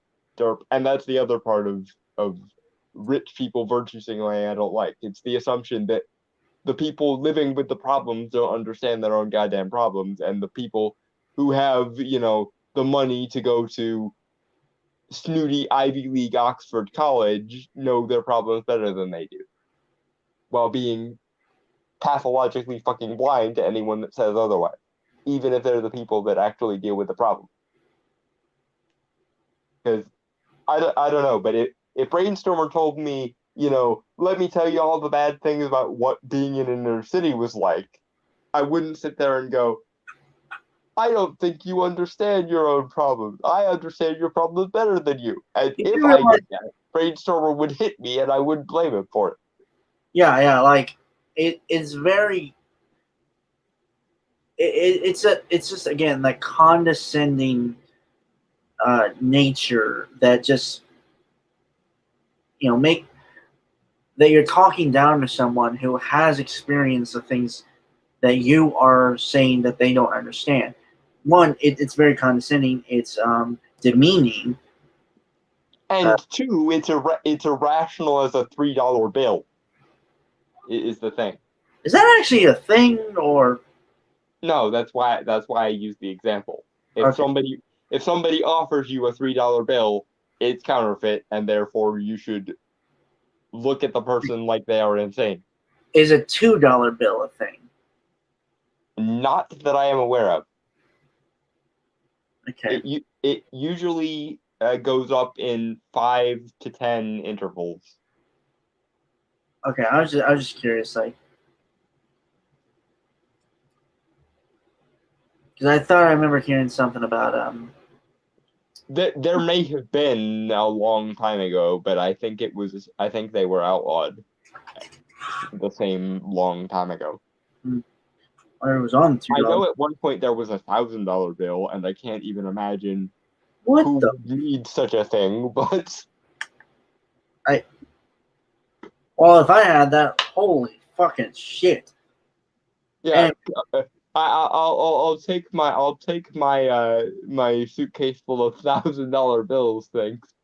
right. Okay. So, Edward says each of those kids that got help don't care why they gave them money, and people that act that way can be easily exposed if you are in the right. True. Now, granted, yeah, there is such a thing as if you're helping people, the people in question probably don't care. But there's also the issue of people do stupid things thinking that they're helping, and in actuality, they make a problem worse. That's most of what the social justice initiatives are, because they're operating from a framework that is fucking foobar, and thereby they make the problem 1,000 times worse, usually by trying to help. And then when the people who suffer as a result of the crazy framework they're using go, I'm sorry, but I don't believe in feminism. I don't think this wage gap is a statistically significant thing, or I don't think you're actually helping the black community by just giving them all the money. They say you don't. They start with the you don't know your own problems as well as I do, and then it gets really annoying. Ah, my nose. Mm-hmm. Oh, okay. In this section, they detail the studios should contract. Did I read that? No, I don't think he did. Okay. In this section, they detail that studios should contract with Black-owned and Black-led businesses, encourage the organization and others to maintain a roster of local Black businesses. Okay, here's the thing. To go a little bit more in, I think it's a good idea to support local businesses, especially as like a big Hollywood production. Yeah. But make sure it makes sense, and not just because you want a fucking virtue signal or anything. Yeah. Okay. Again, like if you're going to contract a hole in the wall business, that's what I call them. Yeah. Or a mom and pop shop or something like that. Contract like local food businesses to cater. Because let's be honest, like stuff you get at like one of those home brewed places is a whole lot better than any type of actual like any type of like the fast food places. Yeah, and what's more, you'll probably get a discount on the basis that you're part of Hollywood at that point. Like, because I know that if I were, I don't know, a bakery or something, and I don't know, like Steven Spielberg comes in and is like, we need 10,000 cinnamon rolls or whatever for Indiana Jones 5 or whatever the fuck. I'm probably going to give him a pretty decent rate on those 10,000 cinnamon rolls because it's Steven fucking Spielberg. If he likes my food, then that's a good investment for business. I cannot tell you how good like quesadillas I've had from like local restaurants, and compare them to like other places that have done quesadillas, like mainstream restaurants. or God forbid, Taco Bell. Dun dun dun. I don't think they do quesadillas, do they? I am unsure. It seems like the kind of thing they would do. If they don't do them, then Mainly, I've just gotten the Dorito tacos. I don't really eat at Taco Bell because not much there is stuff that I would like. Yeah, same. But oh my god, dude, when you like have some, like, I don't know, it's so different. Like you can just taste the difference. Mm-hmm. Like fast food, it's more manufactured. Yeah. But like you have a burger that's cooked in a diner, you just you can't really describe it. It's just like it tastes. You can taste the hard work put into it. Mm-hmm. You know, because they probably started with better ingredients and put them together in a way that made sense, rather than starting with the lowest possible denominator of ingredients and putting them together just barely, which is what most fast food places do. yeah, and you pay for that quality. Mm-hmm.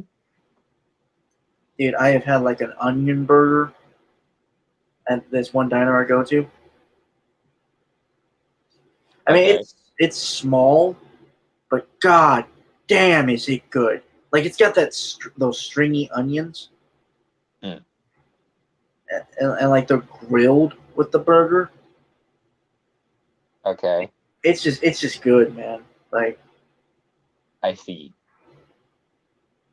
I realize I'm talking to you about burger. Yeah. It's did you forget that I am immune to the seductive charms of the burger? Well, I've also gone to breakfast to that place, and that's good stuff too. Like I've gotten some egg sandwiches.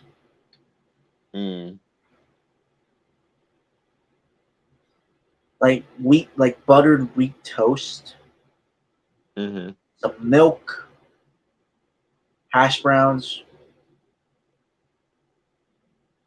Mm-hmm. And I don't go there anymore because I ain't got no money now. Also, coronavirus. No, that too. But I stopped going long before um, coronavirus hit. Mm. Anyway, it also instructs Hollywood to partner with brands that are in alignment with anti-racist social justice values and investment in supporting Black communities. Those are two entirely separate things. Being aligned with anti-racial social justice and supporting Black communities are separate goals, you see.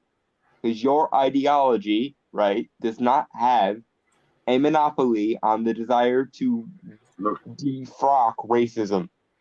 Because racism is bad according to many, many people's moral schema, regardless of the abstract woo-woo conspiratorial patriarchy or racialarchy that you conjure up in academia.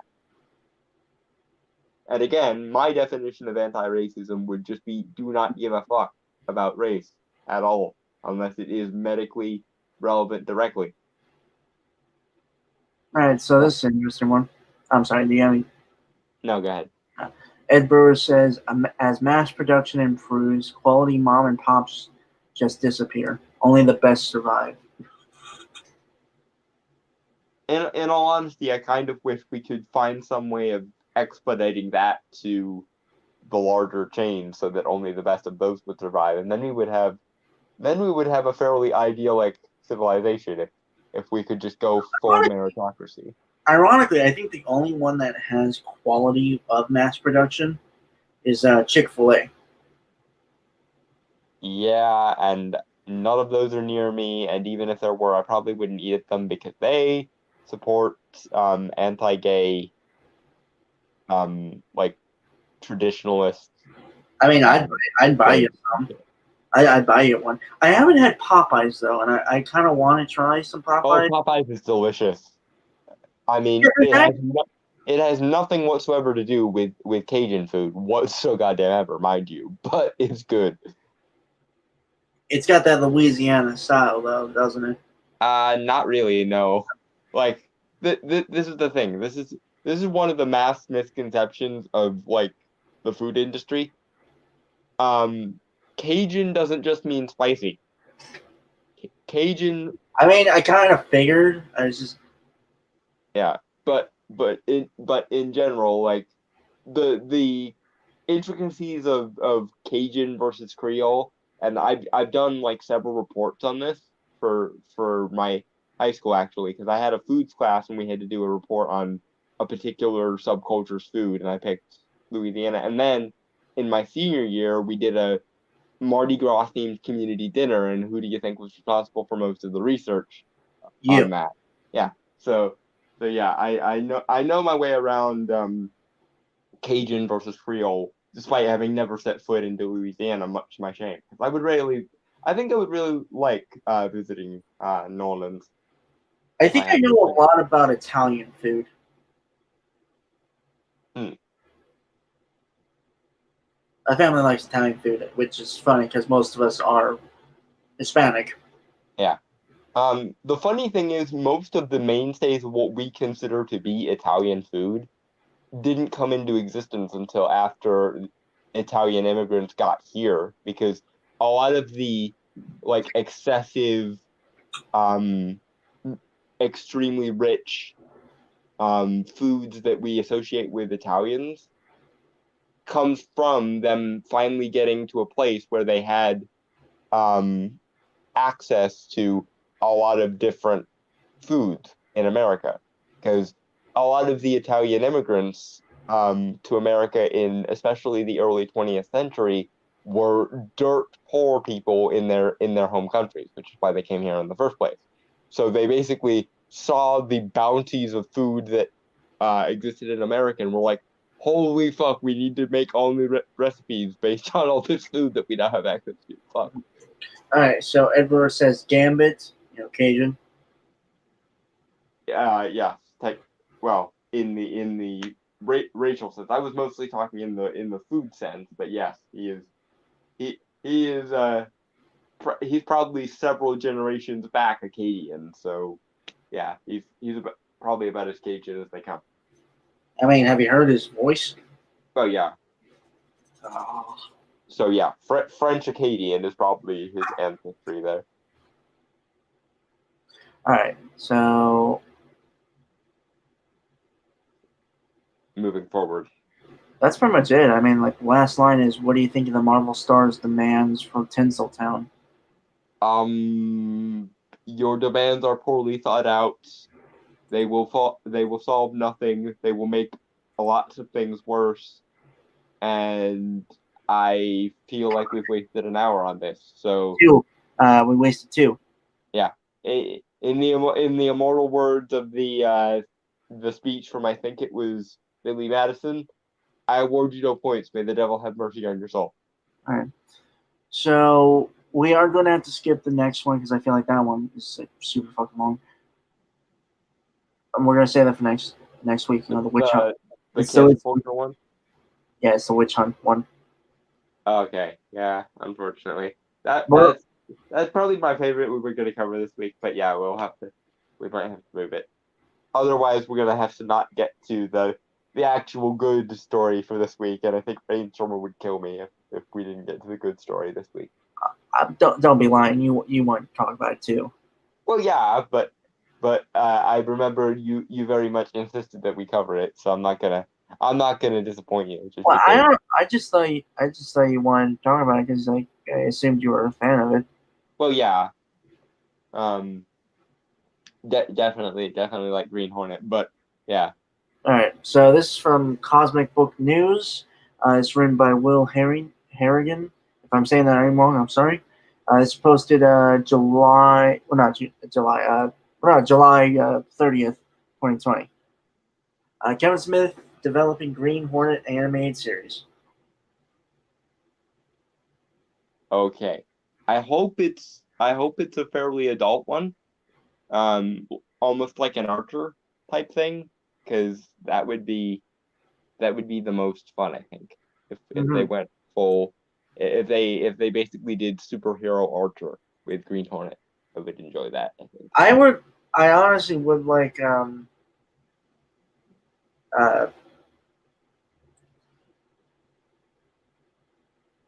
I don't mind the look of Archer. I just think better animation. Well, yeah, I was mostly talking about like the writing style and the like sense of humor more so than the animation. Okay, yeah, okay. Well, then never mind. Then I retract my previous statement. Mm-hmm. All right. Yeah, the animation style is very choppy, but I think that's the point. the writing is so good you get used to the and it's not like they're stick figures. They actually do have like a lot of line work and stuff in them, which is sad that like Archer has become the standard for like more than two-dimensional animation. Mm-hmm. Okay, so Ed Brewer says, "Good stream, guys. Thank you." And Kevin Smith isn't as automatic as he once was. I mean, yeah, I won't deny that. He's taken a few too many hits from the bong. Let's be fair about that.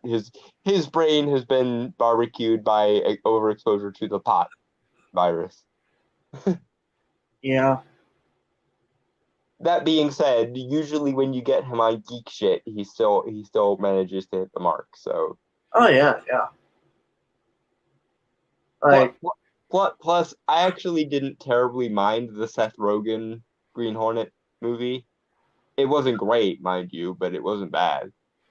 So if it ends up having like a Kevin Smith style sense of humor and Green I almost said Lantern Hornet has a stoner sense of humor, that won't be too bad. Granted, it might annoy me at first though, so I don't want it to be based on the Seth Rogen Green Hornet, but a little bit of it won't be too bad. Kevin Smith is developing the Green Hornet animated series along with Wild Brain, who is home to such brands as Peanuts, Teletubbies, Strawberry Shortcake, Caillou, Inspector Gadget, Johnny Test, and Degrassi. Wait a minute, are they targeting this towards little kids? I mean, I don't know. I mean, Because like I could see because I was thinking adult cartoon when I first heard I Green mean, Lantern. Johnny Test and Degrassi are kind of very much. Are inching more towards the all ages / a sort of preteen era, but like Well, Degrassi was more teen than anything. yeah, Teen, older teen. yeah. The first couple made me think, oh God, are they turning this into like a Dora the Explorer, like a creepy educational kids show? Because that would just know why. Because creepy educational kids show done by Kevin Smith, I just can't. Why would you even? Oh. That in and of itself is horrifying. Never I mind think, I think it was sitting just on the listing. Green Lantern I think it was or just, Hornet IP I think it was just listing things that I'm sure a lot of people knew. they own, but it's like still you're not filling me with hope with that list, folks. Right, so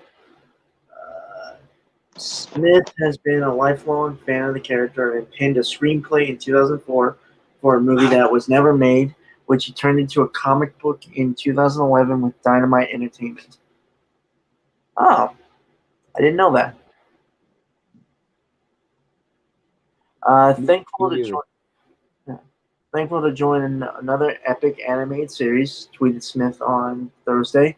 And in the deja vu department, I will once again cross paths with the flamboyant underworld figure known as the Green Hornet and his partner in crime, Kato.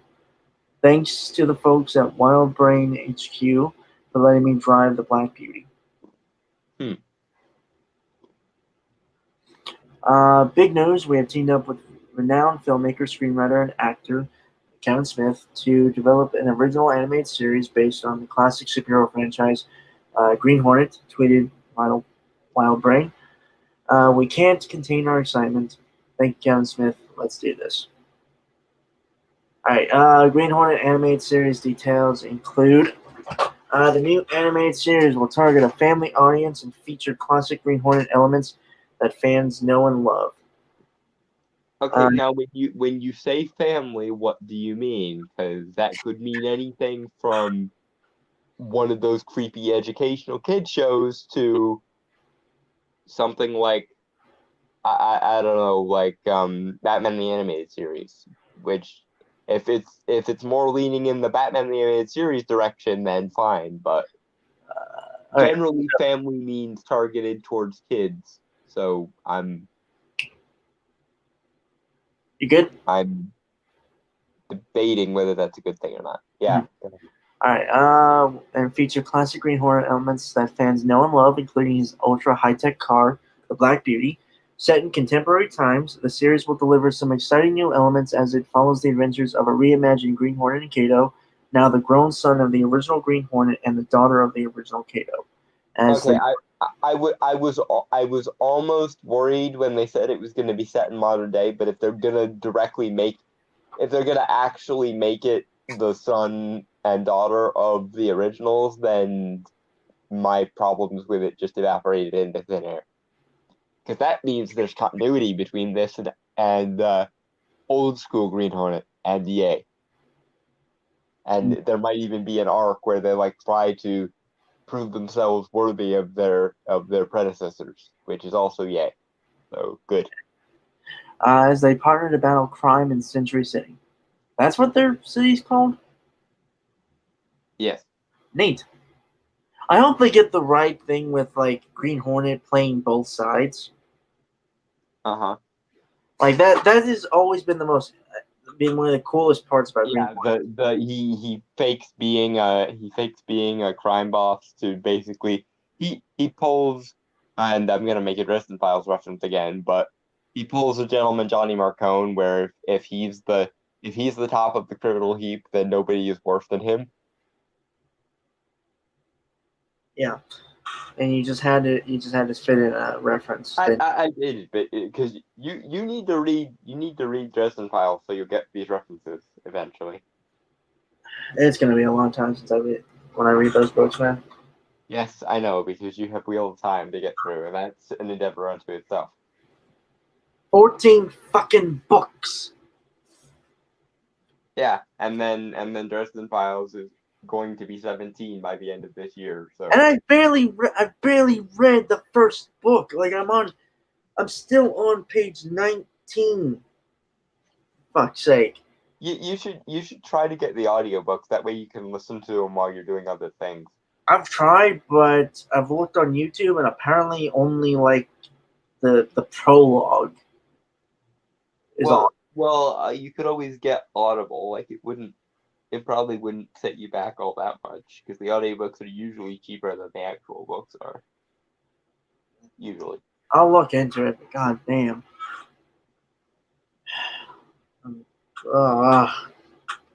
Anyway, Kevin Smith said in a statement, "It's an honor to escort the legendary Green Hornet and Kato into their very own animated series for the first time in the rich history of these iconic pop culture characters." It does seem rather odd that they've never done a Green Hornet series, like animated. Mm. Then again, they did a Green Hornet series in live action, so yeah, Green Hornet's a little weird.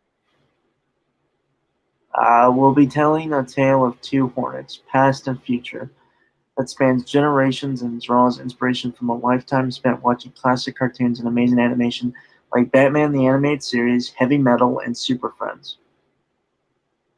Okay, I am officially on board with this now because the first ones he listed were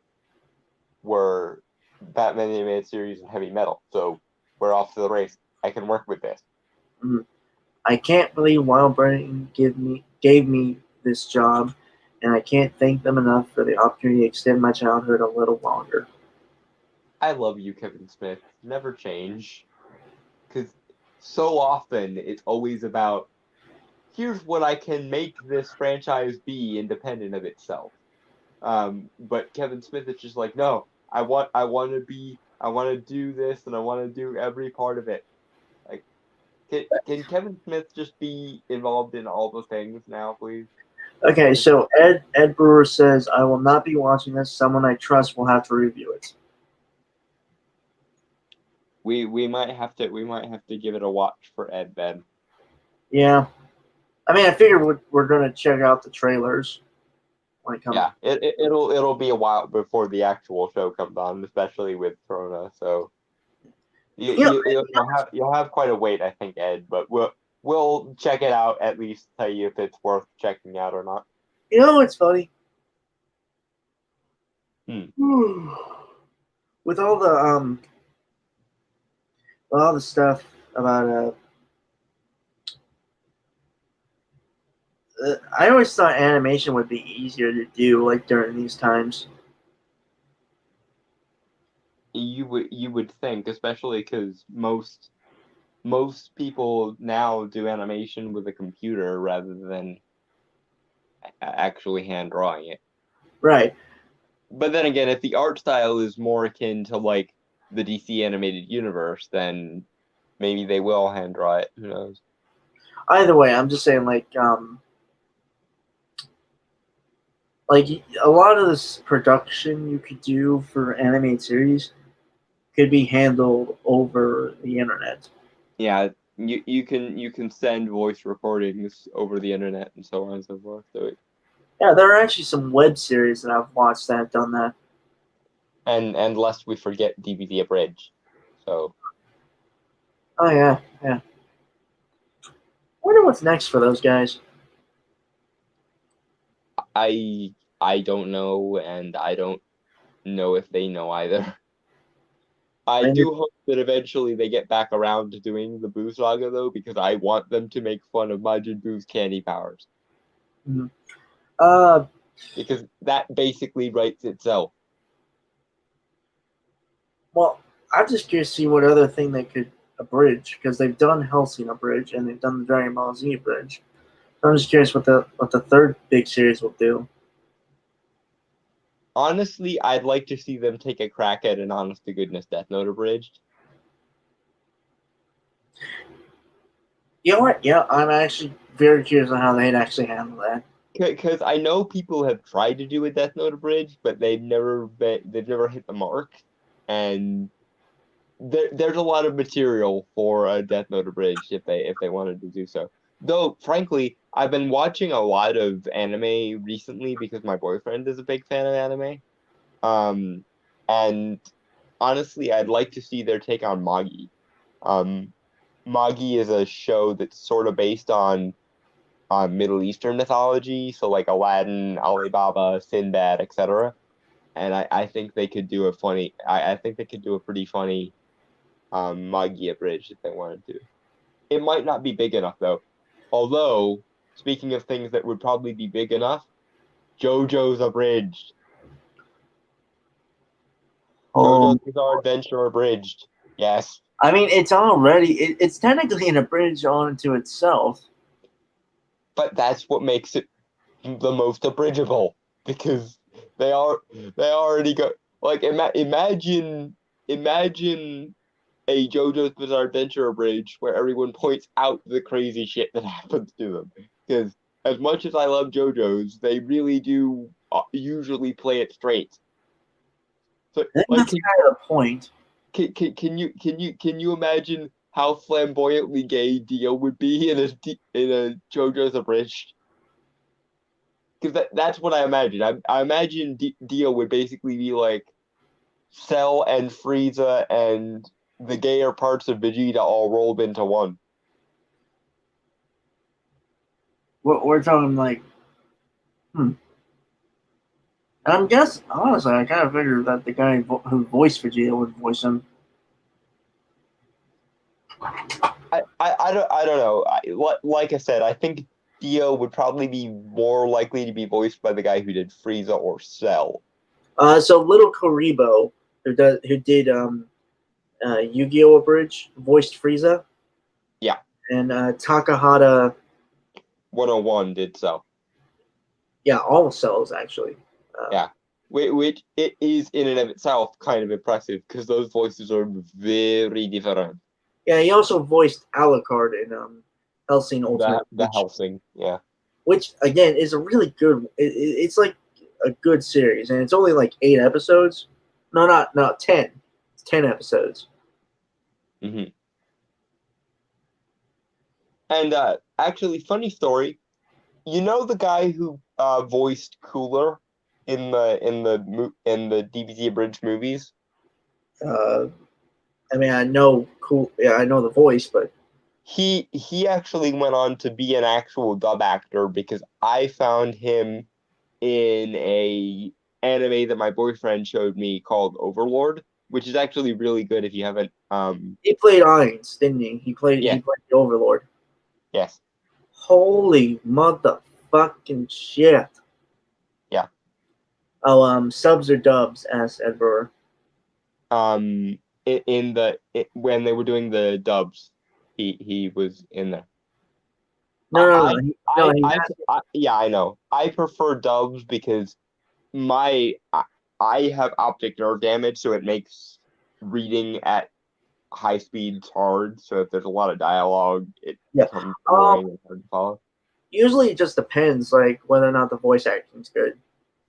Yeah, like if it's really really bad, then I'll suffer through the sub. But if the dub is a decent dub, then I have no problem with it. Yeah, fortunately, my favorite anime, which is Death Note, has an amazing dub. Yeah, I watch My Hero Academia in mainly subs because I don't really like the English voice acting. It's kind of mm-hmm. It's not bad. It's meh, you know. Mm-hmm. Anyway. Yeah, back on topic again. Right. Yeah. Stephanie Betts, EVP content and current series at Wildbrain added, "We're thrilled to embark on a new animated Green Hornet series with Kevin, who has set up an incredibly rich world with a cast of amazing characters, especially Kato, who is no longer just a sidekick, but is now a strong female partner to the Green Hornet." Okay. You're scaring me. You're really scaring me with that phrasing. But here's the thing. I think that's just this person, Stephanie Betts. Yeah, that might be editorializing, and I do know that in the original sequel idea, Kato did have a daughter, so it's not like they gender swapped Kato for no reason or something. Yeah, in the comics, I think they'd done a comic run where his daughter did take up the role of Green Hornet. Yeah, but still, you are really, really scaring me with this strong female character TM bullshit. Because the funny thing about strong female characters is if they're really strong female characters, you don't need to draw attention to the fact that they're strong or female or some combination of the two. Right. Nobody ever needed to call Ellen Ripley a strong female character or Sarah Connor a strong female character or Laurie Strode a strong female character because they were too busy being strong female characters. Right, and again, you and I have had many conversations prior to streaming when I've talked at great length about many characters I've written. Mm-hmm. Granted, most of them have been guys, but mainly because since I've come over a lot more. But when I've talked about female characters, and I've talked about like their backstories and stuff, I don't really focus on them being women so much. It's more just like their character. No matter what race, color, creed, or even species your character is, the correct answer was, and always will be, make a character who is awesome, and the rest will follow naturally. Make a character who is awesome, and if they happen to be female, then no one will care. Make a character who's awesome, and if they're black, no one will care. Make a character who's awesome, and if they're gay, no one will care. Right. And so, again, kind of an example, and this one I brought up a few times. Granted, this, in context, it was a bisexual character, but female too. the one that was like a former child prostitute, but was saved by a superhero and basically got inspired to become basically the Robin to the Batman, Mm-hmm. and kind of had to go through a character arc of learning how to be more open and enjoy physical intimacy again, Mm-hmm. and basically grow to be a good, just a better person and not be hindered by her past trauma. Mm-hmm. And that I'm gonna tell you the honest. I could go in further detail, but again, I don't want us to be here all the time, so I'm kind of just giving a quick rundown of that Yep. character. Yep. But Yep. just the whole thing. Do you think the female thing was really a factor? No. And does that whole story I've given, just the brief rundown, grip you and interest you in like watching that story play out? It stands on its own. And what's more, I'm pretty sure that if you showed that to a woman, she would also find it compelling. But the funny thing is, a lot of women find the characters who insist on the fact that they are women patronizing as fuck. And speaking for myself, I find gay characters whose only role is to be the gay one suck. And I find disabled characters whose only role is to be we talked about this actually before we came on today. There are three roles that I've noticed for disabled characters. There is the asshole disabled character, like Dr. House. There is the being unrealistically tough to compensate for something disabled character, like Toph from Avatar: The Last Airbender.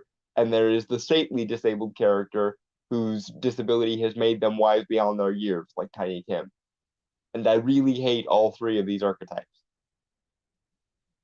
It's really hard to get me to like a disabled character because they simply won't make a character whose life revolves around anything other than their disability as a disabled character. It annoys the shit out of me. Moving on though, because that's a complete sidebar for a different day.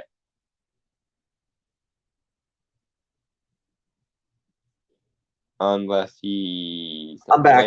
from the thing again. Yeah, I'm back. I got some Kool-Aid. Don't worry, I'm not in a cult. Yeah. Don't put the cyanide in the Kool-Aid before you drink it. I thought it was sleeping pills. No, it was cyanide. Oh, fuck, that's even darker. Yeah. That's why the expression "don't drink the Kool-Aid" is a thing.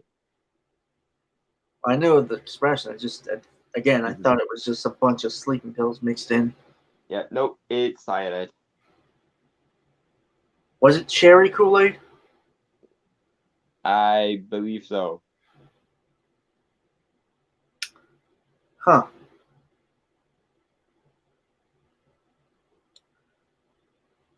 And I feel like I gotta take a drink. Okay. Take a drink of your cyanide-less Kool-Aid. Which is also cherry. Mm-hmm. Yeah, okay. Which, funnily enough, makes me think of the do you remember the movie Osmosis Jones? Yeah. You remember the part where the pill, where Drips gets the action hero line of "It's cherry, wild cherry."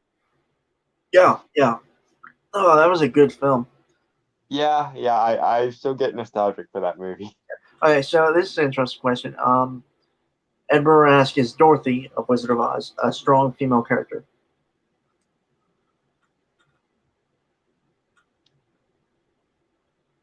That is a good because, like, my instinctual reaction would be to say no because she spends most of the movie whining.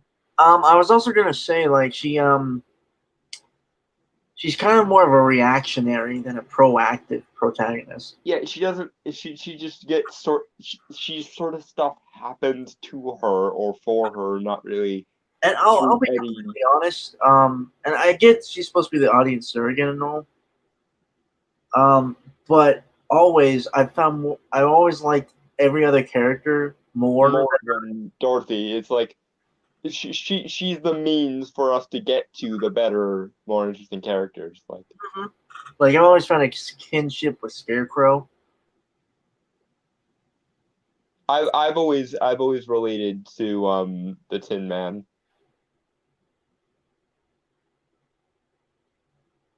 I have a feeling that Corrupt would, like, if we had Corrupt on, he would say he felt a kinship with the Flying Monkeys. And then he would call us ironically racist for pointing that out, because apparently making any sort of association between black people and any kind of monkey or ape is bad, according to the modern sensibility. Even though all humans are primates, therefore it is equally accurate to say that any kind of human is an ape. Because, primates. Yep. Anyway, I mean, I don't know.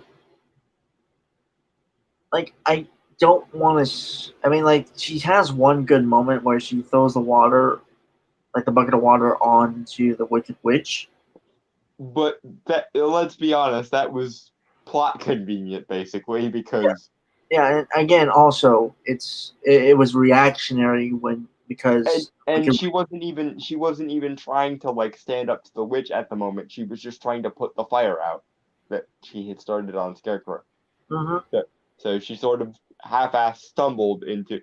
Honestly, ironically, I would say that Alice, from Alice in Wonderland, is more of a strong female character than Dorothy, because Alice is smart and she doesn't take shit from nobody, no matter what weirdness you throw at her. Like that.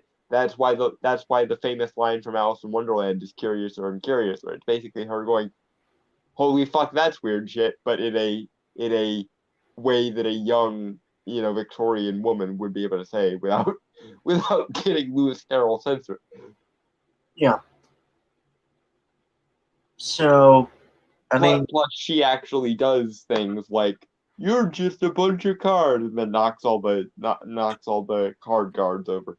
yeah. So So, through a lot of deliberation and thinking, I would have to say no. Dorothy is not a strong female character, unfortunately. Wizard of Oz is still a great story. Don't get us wrong. Oh yeah. Dorothy is not really what makes Wizard of Oz great. Mm-hmm. Although there are like adaptations that actually make That make her a badass, and I love stories where like she and Alice meet up later on and start like a foundation of people that are experts in the supernatural. mm-hmm. That there's like three separate stories that all have that as a plot, and I like it when Yeah. that happens. All right. So Ed Brewer says she Karened her way into Emerald City. Yeah, kind of.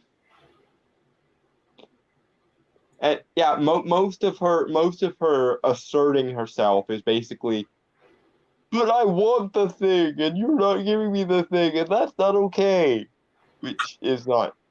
And let's I wouldn't say she's a Mary Sue because she's not. She makes a no, lot. no, she doesn't. She's not perfect or anything. It's Yeah. just, nor is she particularly badass in any significant way. Yeah. Like if she was the type that like started decapitating flying monkeys with a crossbow, we would be having a very different conversation. But it would also be a very different movie that probably wouldn't have been made in 1938 for children. No. You know what? I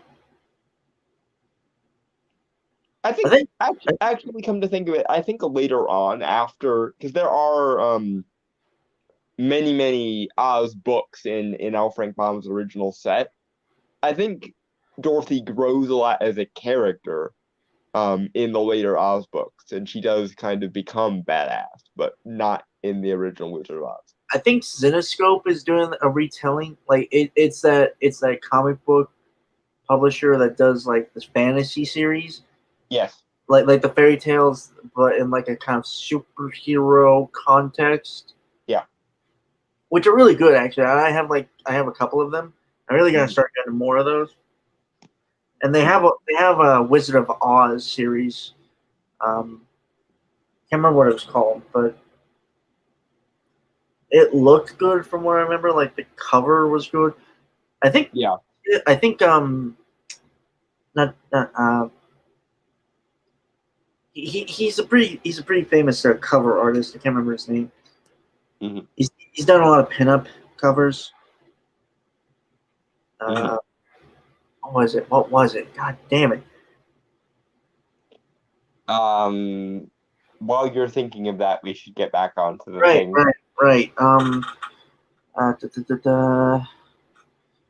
With his ingenious talent and passion for superheroes and classic franchises, Kevin is the perfect creator to update the Green Hornet. We're excited to see the new Green Hornet in Kato with audiences worldwide. The Green Hornet originated as a radio series created by George W. Strendel in the 1930s, telling the story of Britt Reed, the wealthy owner and publisher of the fictional newspaper, the Daily Sentinel. By day, Reed oversees his paper's reporting on crime and injustice. But by night, he dons his green mask and ventures across the city with his sidekick Kato in the ultra high-tech car, the Black Beauty, to battle criminals and villains head on. Not to mention that the live-action Green Hornet series from the 60s introduced the world to the myth, the legend, the epicness that is Bruce Lee. Because Bruce Lee was the original Kato. I follow him on Twitter. Anyway,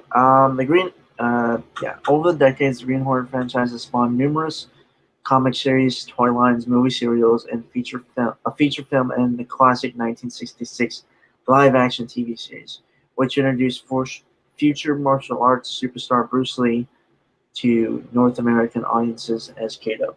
Jinx, because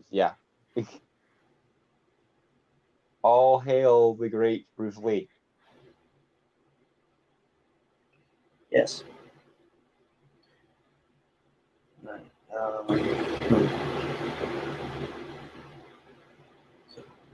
But what else? Kevin Smith is best known as the creative force behind such indie classic films as Mallrats, Clerks, Chasing Amy, and Jane Silent Bob franchise. I have never seen Mallrats. I vaguely remember Clerks.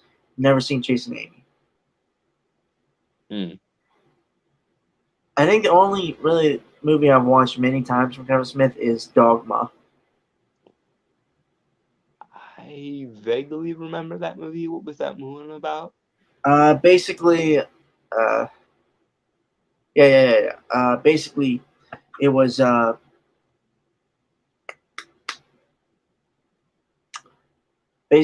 like about like it tackled a lot of stuff about like religion, specifically like Catholicism. Wasn't that the one with the like redneck cult? I don't think so. Okay, I might be thinking of a different movie then. Yeah, I will have to go back and watch Dogma then, I guess. Because I remember it had Alan Rickman as Metatron. As in the Angel Metatron? Yep. Holy fuck, that's awesome casting. Yeah. It was holy fuck. Because Angel. Lol. Shish.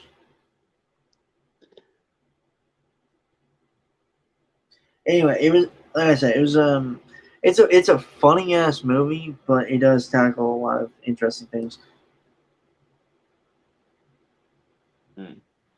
I will have to go back and watch Dogma then, because I do not remember as much of that movie as I thought I did, and I didn't even think I remembered most of it.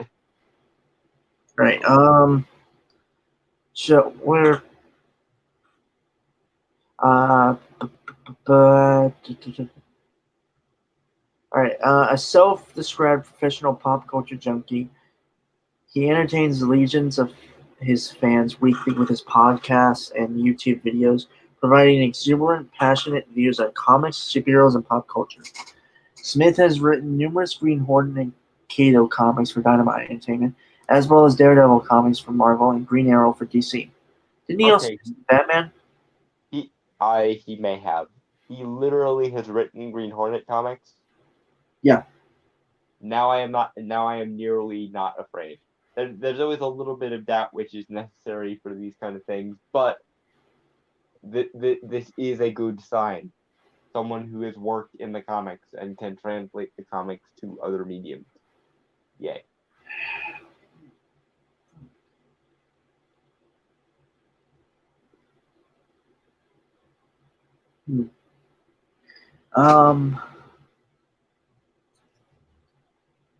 He also owns the comic book store Jay and Silent Bob's Secret Stash in Red Bank, New Jersey, which was the subject of the reality television show Comic Book Men.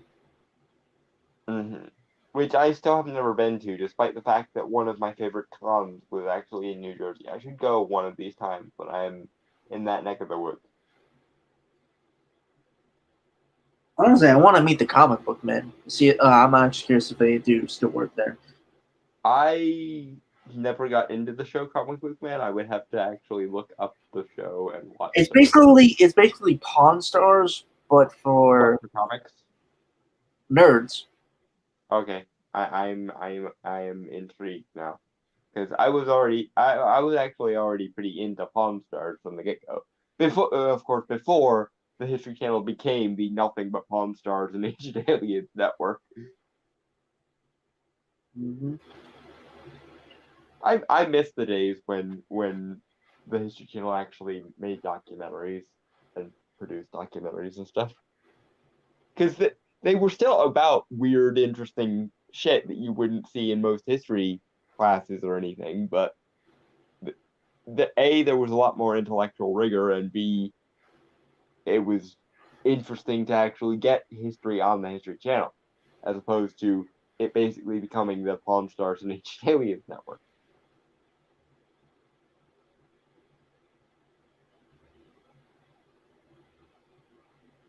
Shall we proceed? Yeah. Okay. So, the Green Hornet, Kato, and Black Beauty are trademarks of the Green Hornet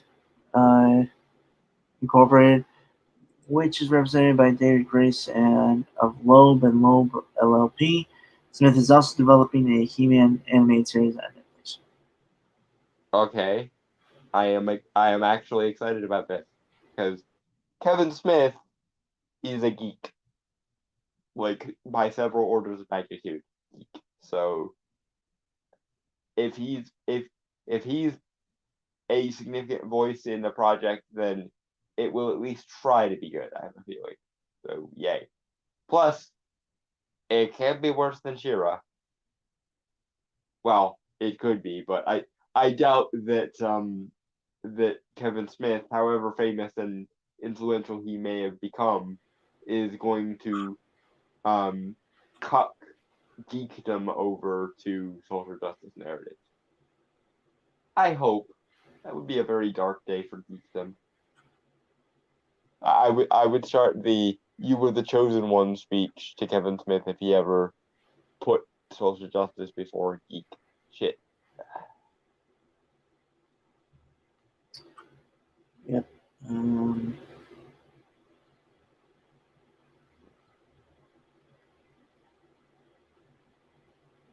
So we're gonna move on to the last thing, which is a video. Kind of got a little topical, not topical, but famous over the week. It became it went viral over the week. Yeah. I would say. We had somewhat of a discussion prior to Yeah.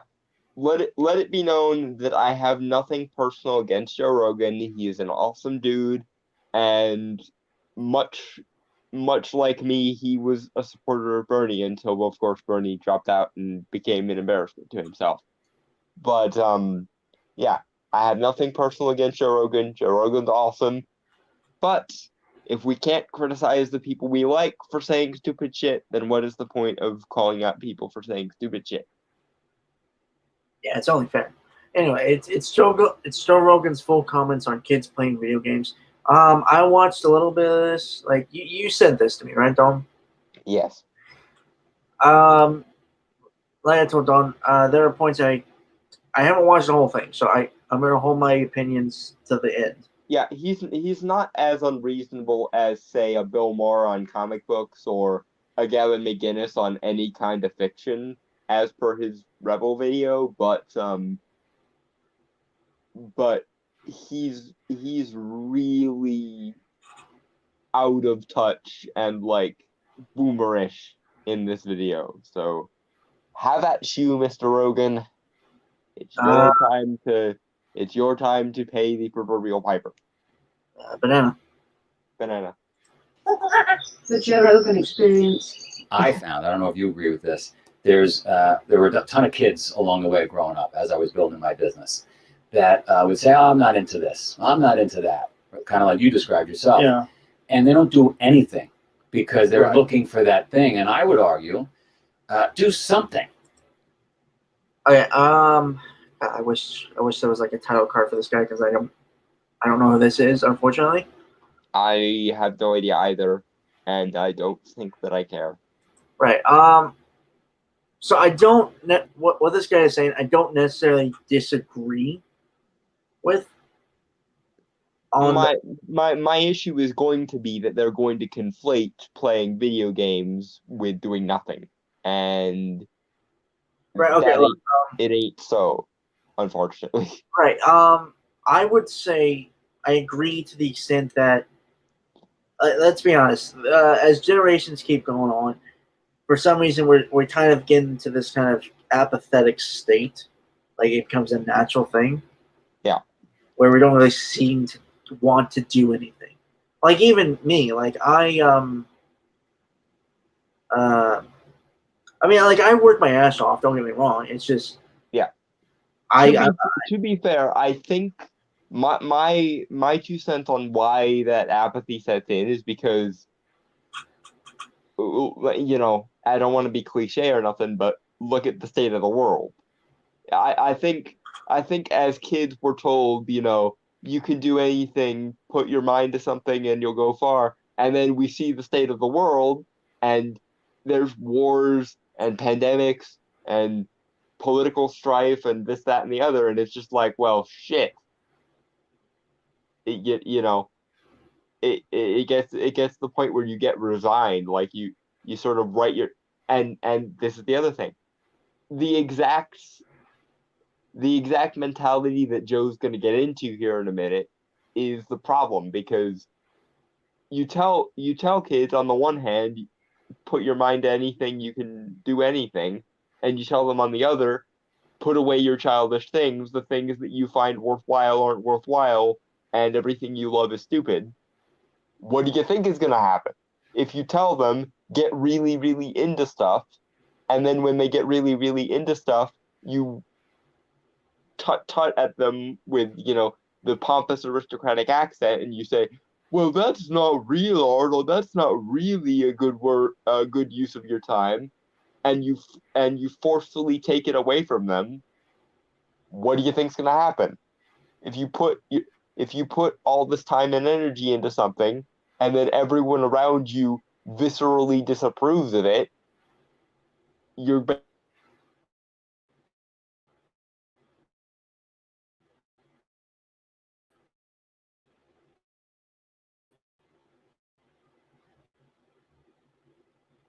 shit.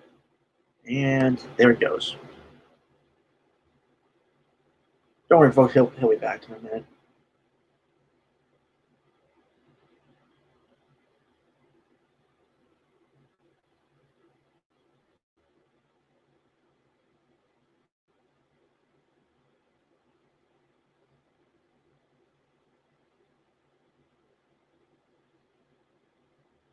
Do do do do do do do do do do do do do.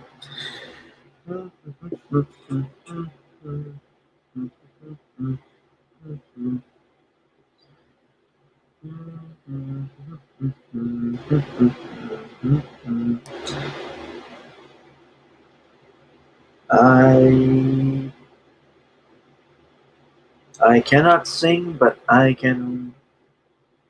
I cannot sing. I can, literally cannot sing.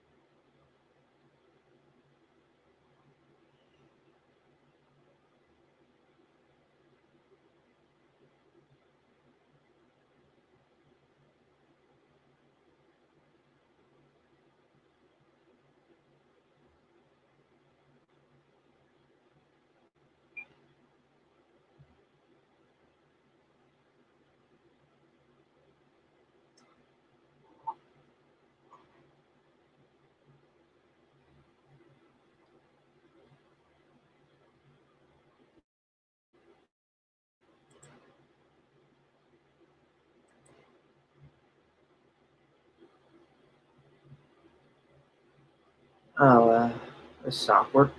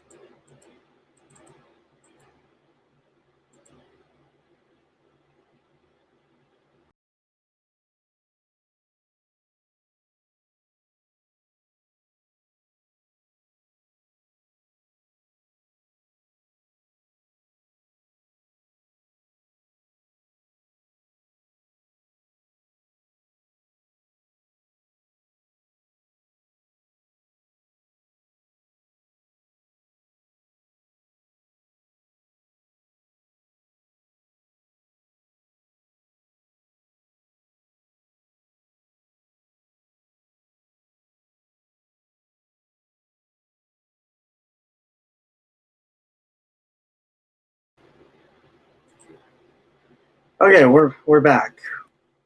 Yeah. That was Please excuse the technical difficulties. yeah, I don't know what the fuck happened. I think your internet crapped out around the same time my phone overheated. I think. Yeah, so oh boy. So huzzah for dual fuck ups. Where did my rant about this leave off? 'Cause I was mid rant before I realized that something went wrong. The whole double-sided thing where you're where people kind of tell us it can be anything you want, but you know the immortal vicious cycle of you could do anything, put your mind to something, and then when they do, you guffaw at them and go, well, not that thing. How dare you put your time and energy into that thing? That's not a serious thing.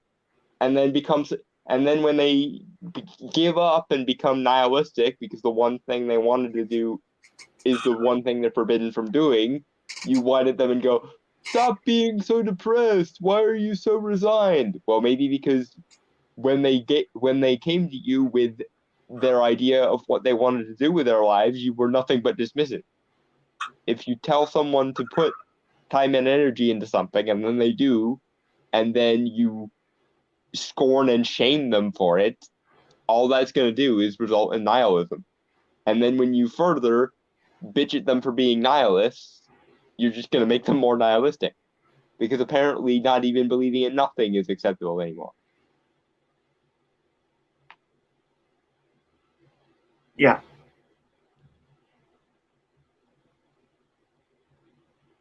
I got none. Yeah, banana. No. Do fucking something until you find that thing. Yeah, I've never been that kid though. I mean, I've always been into things. I always was into art or I was into something. I always found things that I was interested in. Just none of them seemed like they were normal things that other people wanted to do for a living, like the path, like a career path. But I think that there's a lot of people that. Okay, hold on. Let him finish what he's saying, and pause it. Yeah. Don't have any. There's no one. They're not modeling their life after someone that they see they admire. Someone that's successful, someone that is doing something that they enjoy and love. Sometimes kids have to see that. And if their parents are living a bullshit life and their neighbors living a bullshit life and most of their family live. Okay.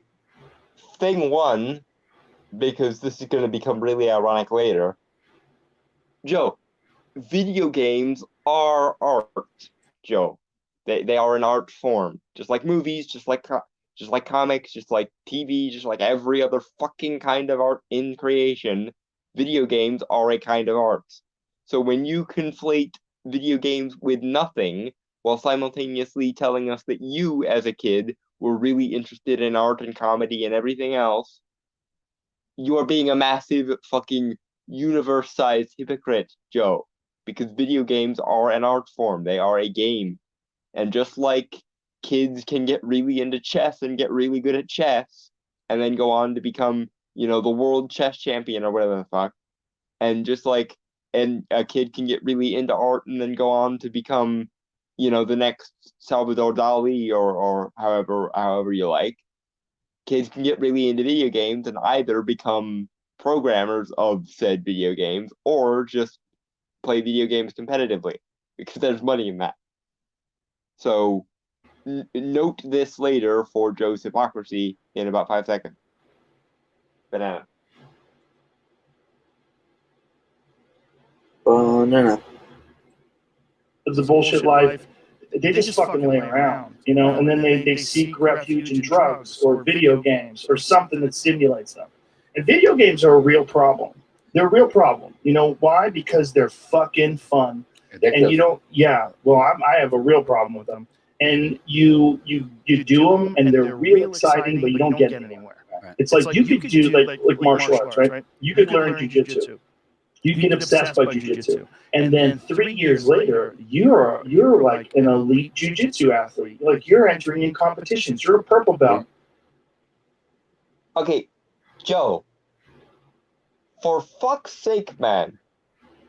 Personally, for me, I think that most drugs, obviously excluding like fentanyl and the like, should be legalized and medically, regulated to medical quality and purity standards because, again, my thought process is most of the problem with street drugs is the fact that the manufacture of street drugs is 99% less clean than the medical manufacture of said drugs. But either way, Joe, you just compared video games to drugs. You just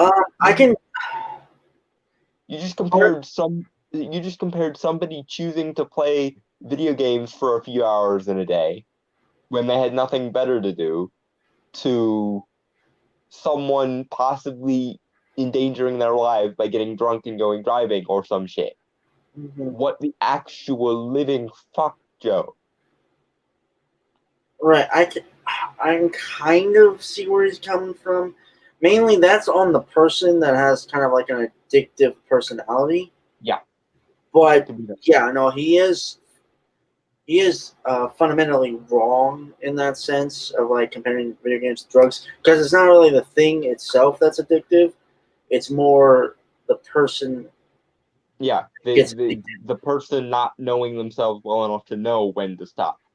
But either way, the second thing you said there, Joe, was honestly even more terrifying. Apparently, in your world, having fun is a problem. Bearing in mind, Joe, that you are a professional comedian and podcaster.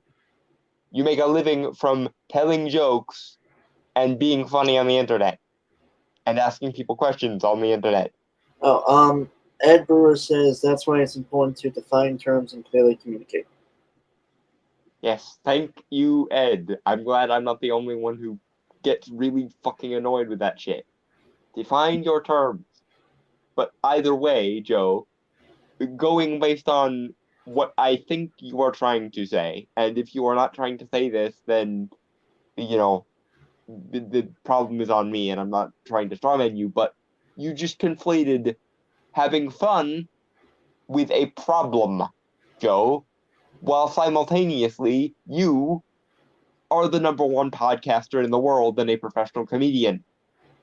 Do you not spot the hypocrisy? You spend your life doing and making a fuck ton of money at something that other people do in their leisure time and don't take seriously. And yet you, the professional comedian and podcaster who, makes billions of dollars basically making a, presence of himself on the internet, is going to sit here and tell us how video games and having fun with video games are a waste of time.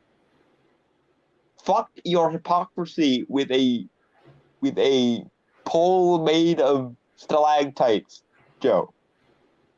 Banana.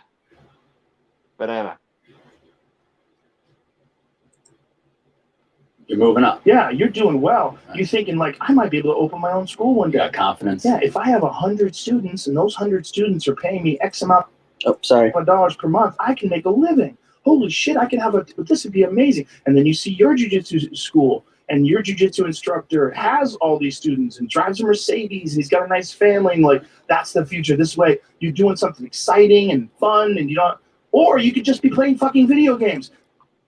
Okay, Joe. PewDiePie, the largest presence on YouTube, with multiple tens of million subscribers, and a fucking millionaire, Joe, started on YouTube largely doing Let's Plays. And that's not even counting all the people who like video games and decide to become beta testers for video games, decide to become programmers for video games, design mods for video games, or do competitive video gaming. That's just somebody who makes money as a Let's Player on a platform like YouTube or Twitch. And especially given the existence of a place like Twitch that is specifically designed for the kind of playing video game Let's Play style of content, and they make millions of dollars, or at the very, enough. They make a living, and usually, and sometimes a pretty substantive one. Now, granted, a lot of the numbers there are inflated because people also make money on Twitch, basically selling porn of themselves, which that's a whole other barrel of kettles.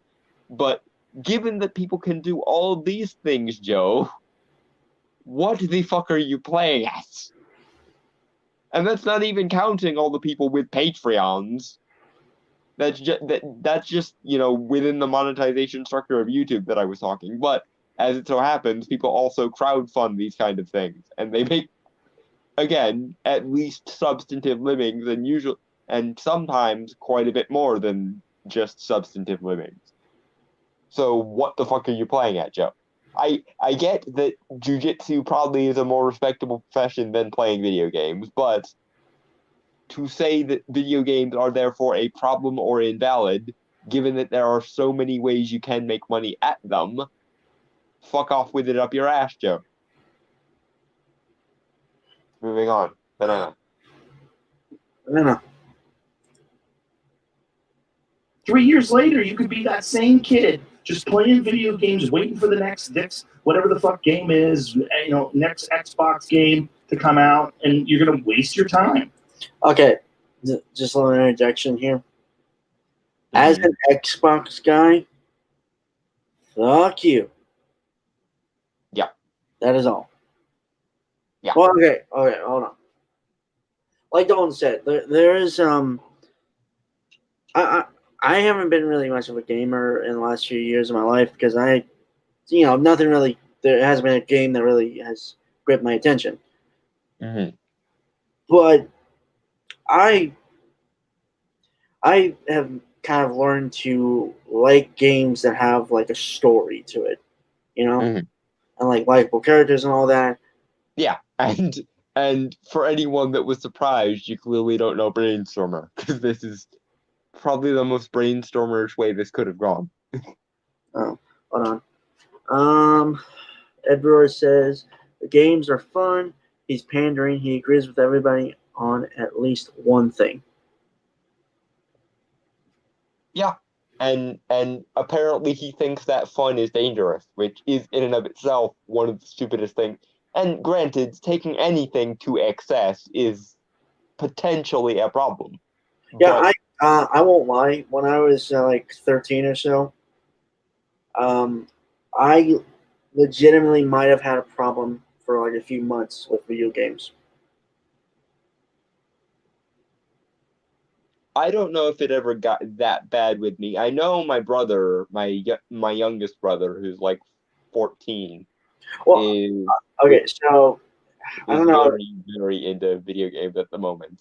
Yeah, like I don't know if it really counted though, but my whole thing was I would I when I come home from school, Mm-hmm. automatically start playing video games, and this is like around 3 or so, right? All Mm-hmm. the way up to basically me going to bed. Didn't do anything else but play a video game. And I'm like right at the edge of my bed, looking at my TV, hunched over, just like a fucking gremlin. Yeah. I legitimately lost track of time, which happens a lot when you play. Yeah, when you're in the zone of any task, you can lose yourself. Like, Yeah, I can't tell you how many times I've done like writing, and Yeah. I haven't noticed. And hypothetically, if somebody really enjoyed doing chores or whatever, where they were a real neat freak or OCD or whatever, and they were cleaning, like I can confirm that my mom, who's very, very fastidious about cleaning, sometimes gets lost an entire day. Like there have been times where she started cleaning like when she wakes up in the morning, and it'll be 2 or 3 in the evening, and she'll still be going through like old pictures and stuff. And I've sat up with her while she's been rearranging a room or repainting a room, giving like aesthetic advice about where should I put this piece of furniture, or where should I move this piece of wall art or whatever. So it can happen with just about anything. And I can tell you that in regards to my reading and magical studies, I've spent an entire day getting lost in a grimoire. I will not uh be ashamed of that. And I'm sure once I get into more heavy, ritual magic, I'll get lost in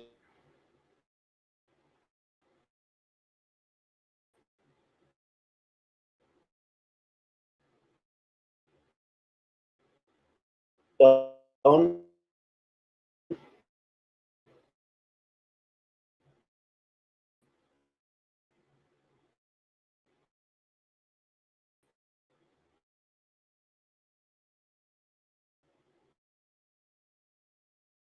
Don, if you're talking, I can't hear you.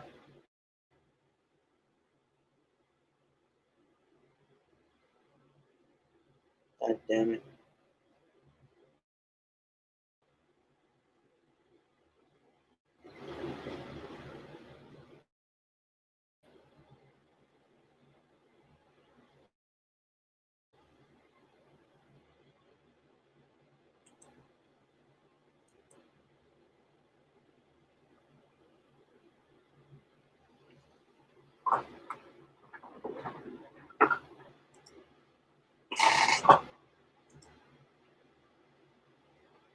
And he's gone again.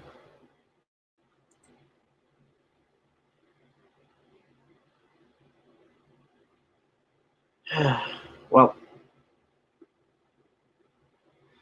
yeah,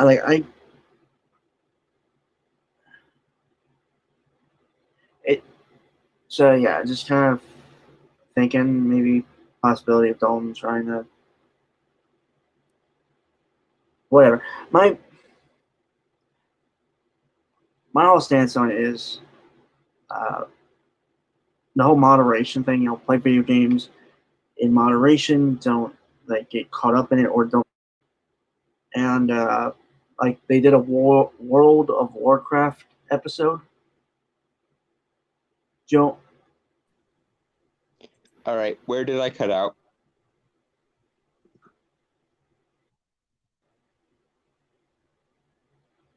hello. Yep.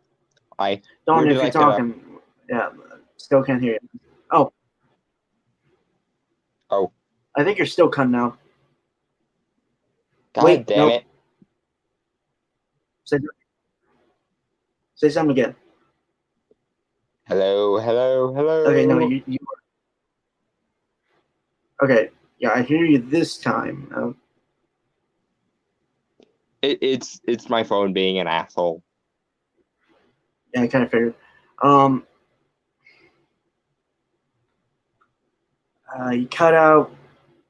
Damn, I lost. You cut out like right in the middle of something. Is Joe really going to those extreme game addiction cases? It would seem that way.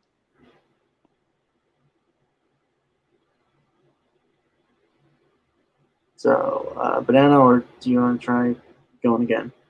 I just wish I knew where I cut out so I could pick up where I left off, but I mean, if you want to restart, that's fine. no, I was just offering some examples of the point you were making, like of the fact that literally anything can be like that, whether it's constructive or not. I think I might have mentioned that my mom, she will get really, she'll get really into like rearranging the furniture or rearranging things, and she'll be doing it like an entire day, and she'll look at the clock and it's like 3 a.m.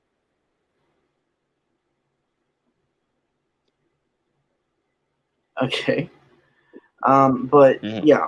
And I was reiterating too that it kind of has to be that moderation thing. Mm-hmm. And it's just again like anything you do, obviously. And to borrow a phrase from, and if anyone's seen Parks and Rec, you'll know who this came from. Never half-ass two things. Whole ass one thing. Mm-hmm. You know, and that's the other thing. Sometimes it can be constructive. Like if you spend an entire day reading or designing code for a computer program or something, that's how you make really awesome shit, and so on. If you spend an entire day cleaning, then you wind up with a really, really, really fucking clean house at the end of it, and so on. Yep. All right. So, Banana. For as long as my phone will hold up anyway. You have children. I have children, and it's a big battle. in the house. And my kids, I don't know if you're going through this, but my kids are now saying, well, Dad, this guy made all this money with this video game. That's real too. That's real too now. So like that's 1 in a billion, kid. Like, I don't know if it's 1 in a billion, but look, I heard the same argument about comedy. My own parents were like, do you know how few people make it as a comedian? I was like, okay. Does anybody make it? Somebody makes it, right? They figure out how to do it. They make a living. I'm going to do that. Just stop. And there exactly is the problem with realism, because realism essentially, at least in my parlance, usually just means softcore nihilism, because it basically takes all of the actual extraordinary shit that happens in reality and pretends it doesn't happen, pretends that the entire world is nothing but dingy gray stone cubicles of like generic Ben Stein clones doing office work or something. That's what realism and normality mean to a lot of people. That's why I don't give a shit about what you define realism to be. I care about what actually makes the slightest lick of fucking sense. And I don't care about what people define as normal. I care about what's actually valuable and makes sense.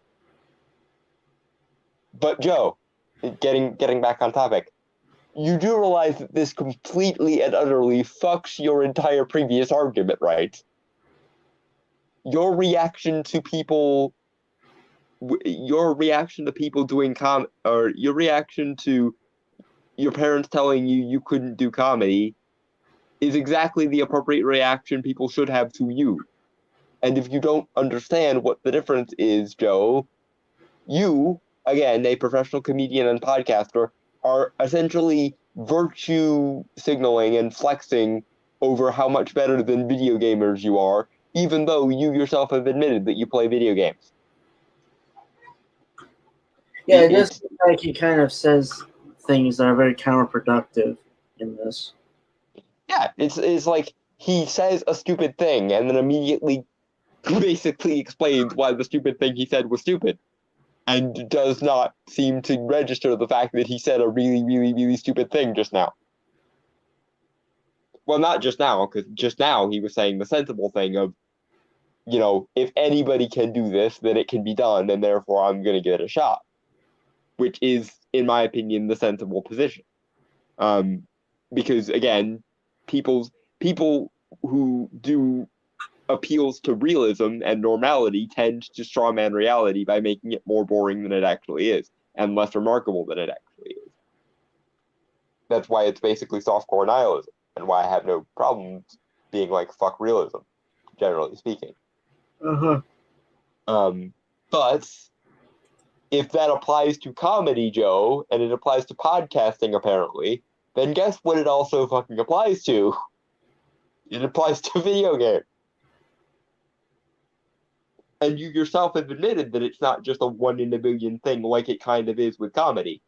You can make it as playing video games for a living if you're just really good or really entertaining at Let's Plays. Sometimes. And that's not even counting the programmers and the coders that I'm sure, plenty of people got their start in computer science because they really liked modding video games. Also, the writers, the creative directors, the voice actors, the mocap. I'm sure people have gotten into animation because they like drawing their favorite video game characters. People have gotten into history because they really like the history of, various video game franchises. I'm People sure have gotten into engineering because they like designing video game consoles or improvements to their video game consoles. Like, the list goes on. And I'm sure people have gotten into comics because they love drawing or writing about their favorite comic book characters. Mm-hmm. All right. Also, hello. Mm-hmm. Yeah. Also, again, if anyone doesn't know, like, I say hello when I say something. When a thing applies to Brainstormer, rather ironically. Mostly it's Dalton saying something, and then I say hello. Yeah, usually. Yeah. All right. Banana. Look, I know what I'm doing. I was real lucky that my parents were not around very much, so I didn't get much advice. So I figured it out myself. So there was no one telling me I couldn't do it. So Green fields. I was like, I'm gonna find my way through this. And since no one's telling me it's impossible, no one's telling me I can't. Occasionally, I'll hear someone say, "What are the odds?" I'm like, this fucking loser. That's my thought. Was always like, that guy's a loser. Like, because if you limit yourself by what people define realism to be rather than what reality actually is or what logic actually is, you are a moron. I could not conceivably agree with you more on this point, Joe. But here's the thing, Joe. Oh yes, it's on the tip of my tongue. What the fuck are you doing now, Joe? What are you doing right now? You are literally saying that video games and the fun that video games cause in people's lives is apparently a problem that we need to do something about. And people who waste, quote unquote, their lives playing video games need to be shamed slightly about doing that. Jesus fucking Christ, I can't, like, this is the stuff that drives me almost to drink, because it's like the sheer just blind stubborn hypocrisy of, but that's not normal or that's not realistic, even though and I'm gonna quote one of my favorite quotes from a YouTuber who honestly I have disagreements with on a lot of stuff, but he's very entertaining. Mysterious Mr. Enter. He has a quote in regards to writing and animation in particular, where he says, what I'm doing is wrong. I know it's wrong, but I'm gonna do it anyway. This is the philosophical equivalent of that shit. It's, I know I'm saying a stupid thing. I'm gonna counterpoint my own stupid thing, but I'm gonna continue to believe the cockamamie stupid thing I just said. It just it baffles me how people, like, I am actually technically legally blind because of my optic nerve damage, but when I am the least blind person in the room, you done fucked up somewhere. And this is blind hypocrisy. Fucking hell. Banana. 1 second. 1 second. No. you think like that, you're a loser. But there are kids that make a lot of fucking money playing video games. But the thing is, like, you have to be adaptable. You have to be able to play multiple video games, because the one video game that you get really good at, what are the odds that's going to be around 5 years from now? Right. You know, like, what's the big one now? Like Fortnite? Do they make money off of that? Yeah. And then there's Call of Duty. They make. Again, he's not wrong. It's just, again, with the context of what he said before. Yeah, he's basically being a direct hypocrite and not realizing that he's being a direct hypocrite, and it's making me want to do really, really angry things to Joe Rogan. Which, given that Joe Rogan, I believe, also was an MMA fighter at one point, would probably be a very stupid decision on my part. But I figured like you would have words with him, like you would just try to have a sit down and just talk this bitch out.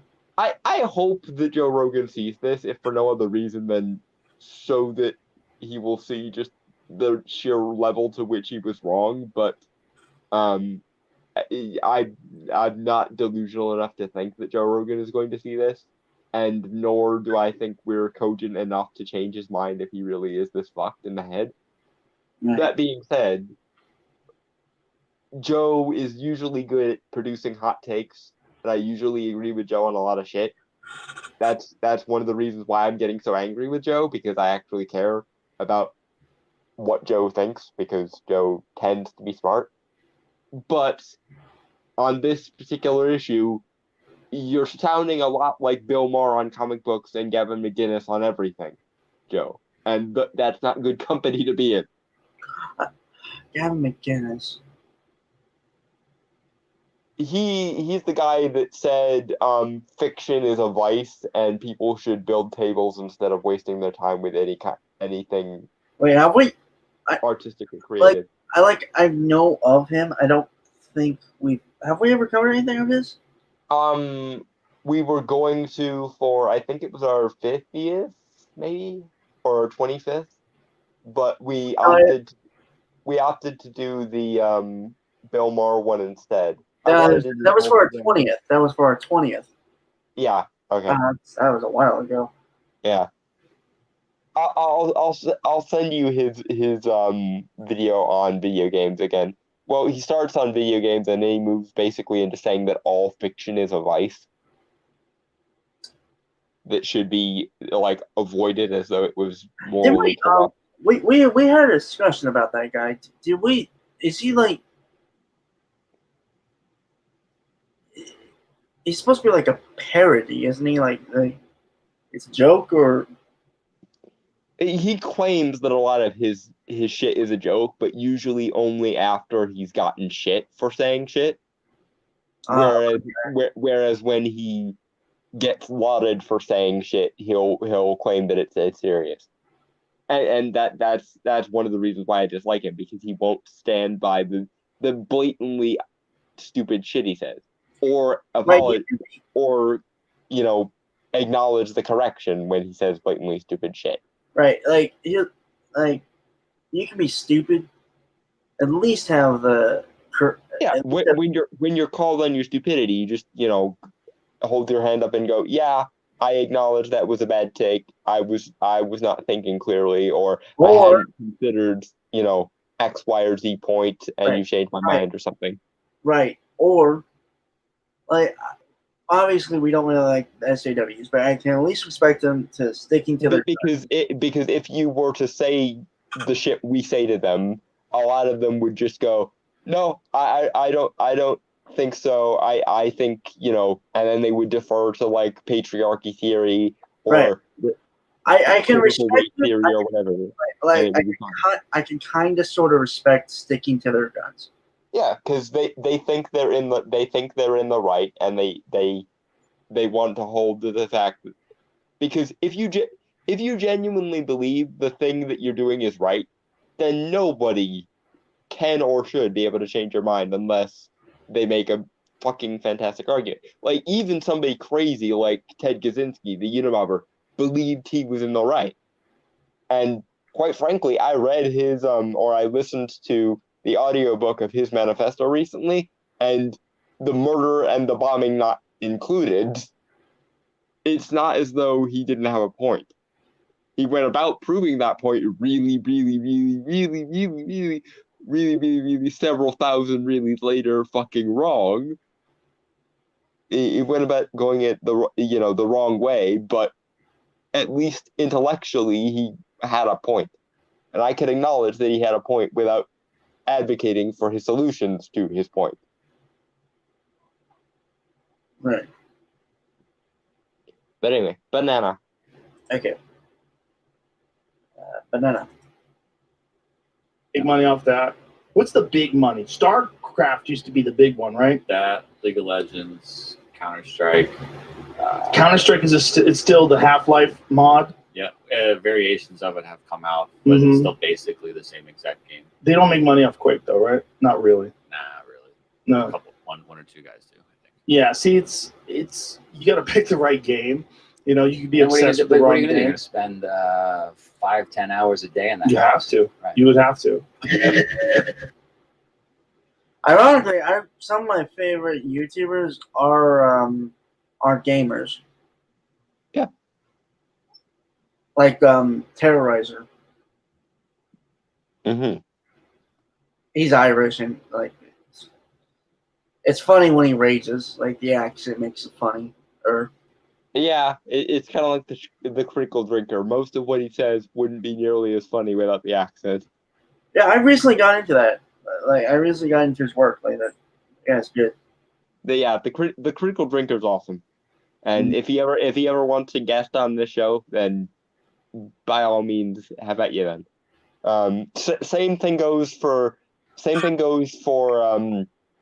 basically anyone from Honey Badger Radio. By the way, I would be flattered and ecstatic to get Brian Martinez or Alice Seaman on here, and I bring those two up specifically because Brian is kind of the geek expert when it comes to Honey Badger Radio. He has a show every week called Nerdcast that he basically covers kind of the same kind of stuff we cover.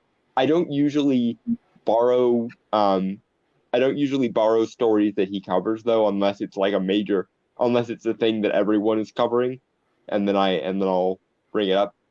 And Allison actually used to be a comic book writer until she got banned from all of the comic book conventions in Canada, basically, or all of the ones that Calgary Expo was involved with. Mhm. And then obviously the Mary Sue and other feminist leading news organizations started saying that Honey Badger Radio was a hate group and nobody wanted to do any more business with her, which is complete bullshit because I'm actually in the Honey Badger Radio Discord. I have spoken to both Allison and her husband Jonathan, and they are good people. They are genuinely awesome people to talk to if you can ever get the chance to. But And the Canadian. But yeah, I mean, no. I have my issues with Canadians, but individuals are fine with. I mean, any issue you bring up about Canada, they both would probably agree with you on, because I've heard Allison say some pretty inflammatory things about Justin Trudeau, who is the Prime Minister of Canada right now, or was the Prime Minister of Canada, but I think now is just the leader of the whatever the fuck party that he leads. All right. But yeah, so yeah, as far as that is concerned, if ever anyone from either of those channels sees this and wants to give this a go for whatever reason, I can't imagine why, but the invitation is there. I would almost bring it up to Allison in the Discord the next time I see her in voice chat, but I don't want to come off as a shameless shill. And but I know for a fact that that Brian had JSG on to do an interview, so it's not entirely out of the realm of possibility that he would have somebody in our circle on, and I would gladly volunteer if he ever decides that is a thing he wants. Mm-hmm. All right, so common recommendations. You know what? I'm going to recommend Batman White Knight because I recently came across a couple of things on YouTube about it, and it got me really interested. Like, it was pretty cool. I sent Dalton like a audio drama of like the first couple of issues, I believe. Yep. It was really good. Yeah, it was pretty. Wasn't it the same? Wasn't it the Russian comic book guy that made it? That did the Shambhala and the. It wasn't him. But no, it's really it's a really good comic. It actually does get. It has social issues in it, but it doesn't bash you over the head with it. And like the art too. Mm-hmm. Like, goddamn. Like, they honestly should do a movie based on that comic. Mm-hmm. I just think that'd be cool. Anyway, that's pretty much all I can recommend at the time because I haven't really done a lot of reading comics lately, so I'm busy. Been too busy writing my own, actually. Yeah, and when we do that, we will try to keep the recommending of our own shit to a minimum. If any of us, I probably will never recommend my own shit on my own channels.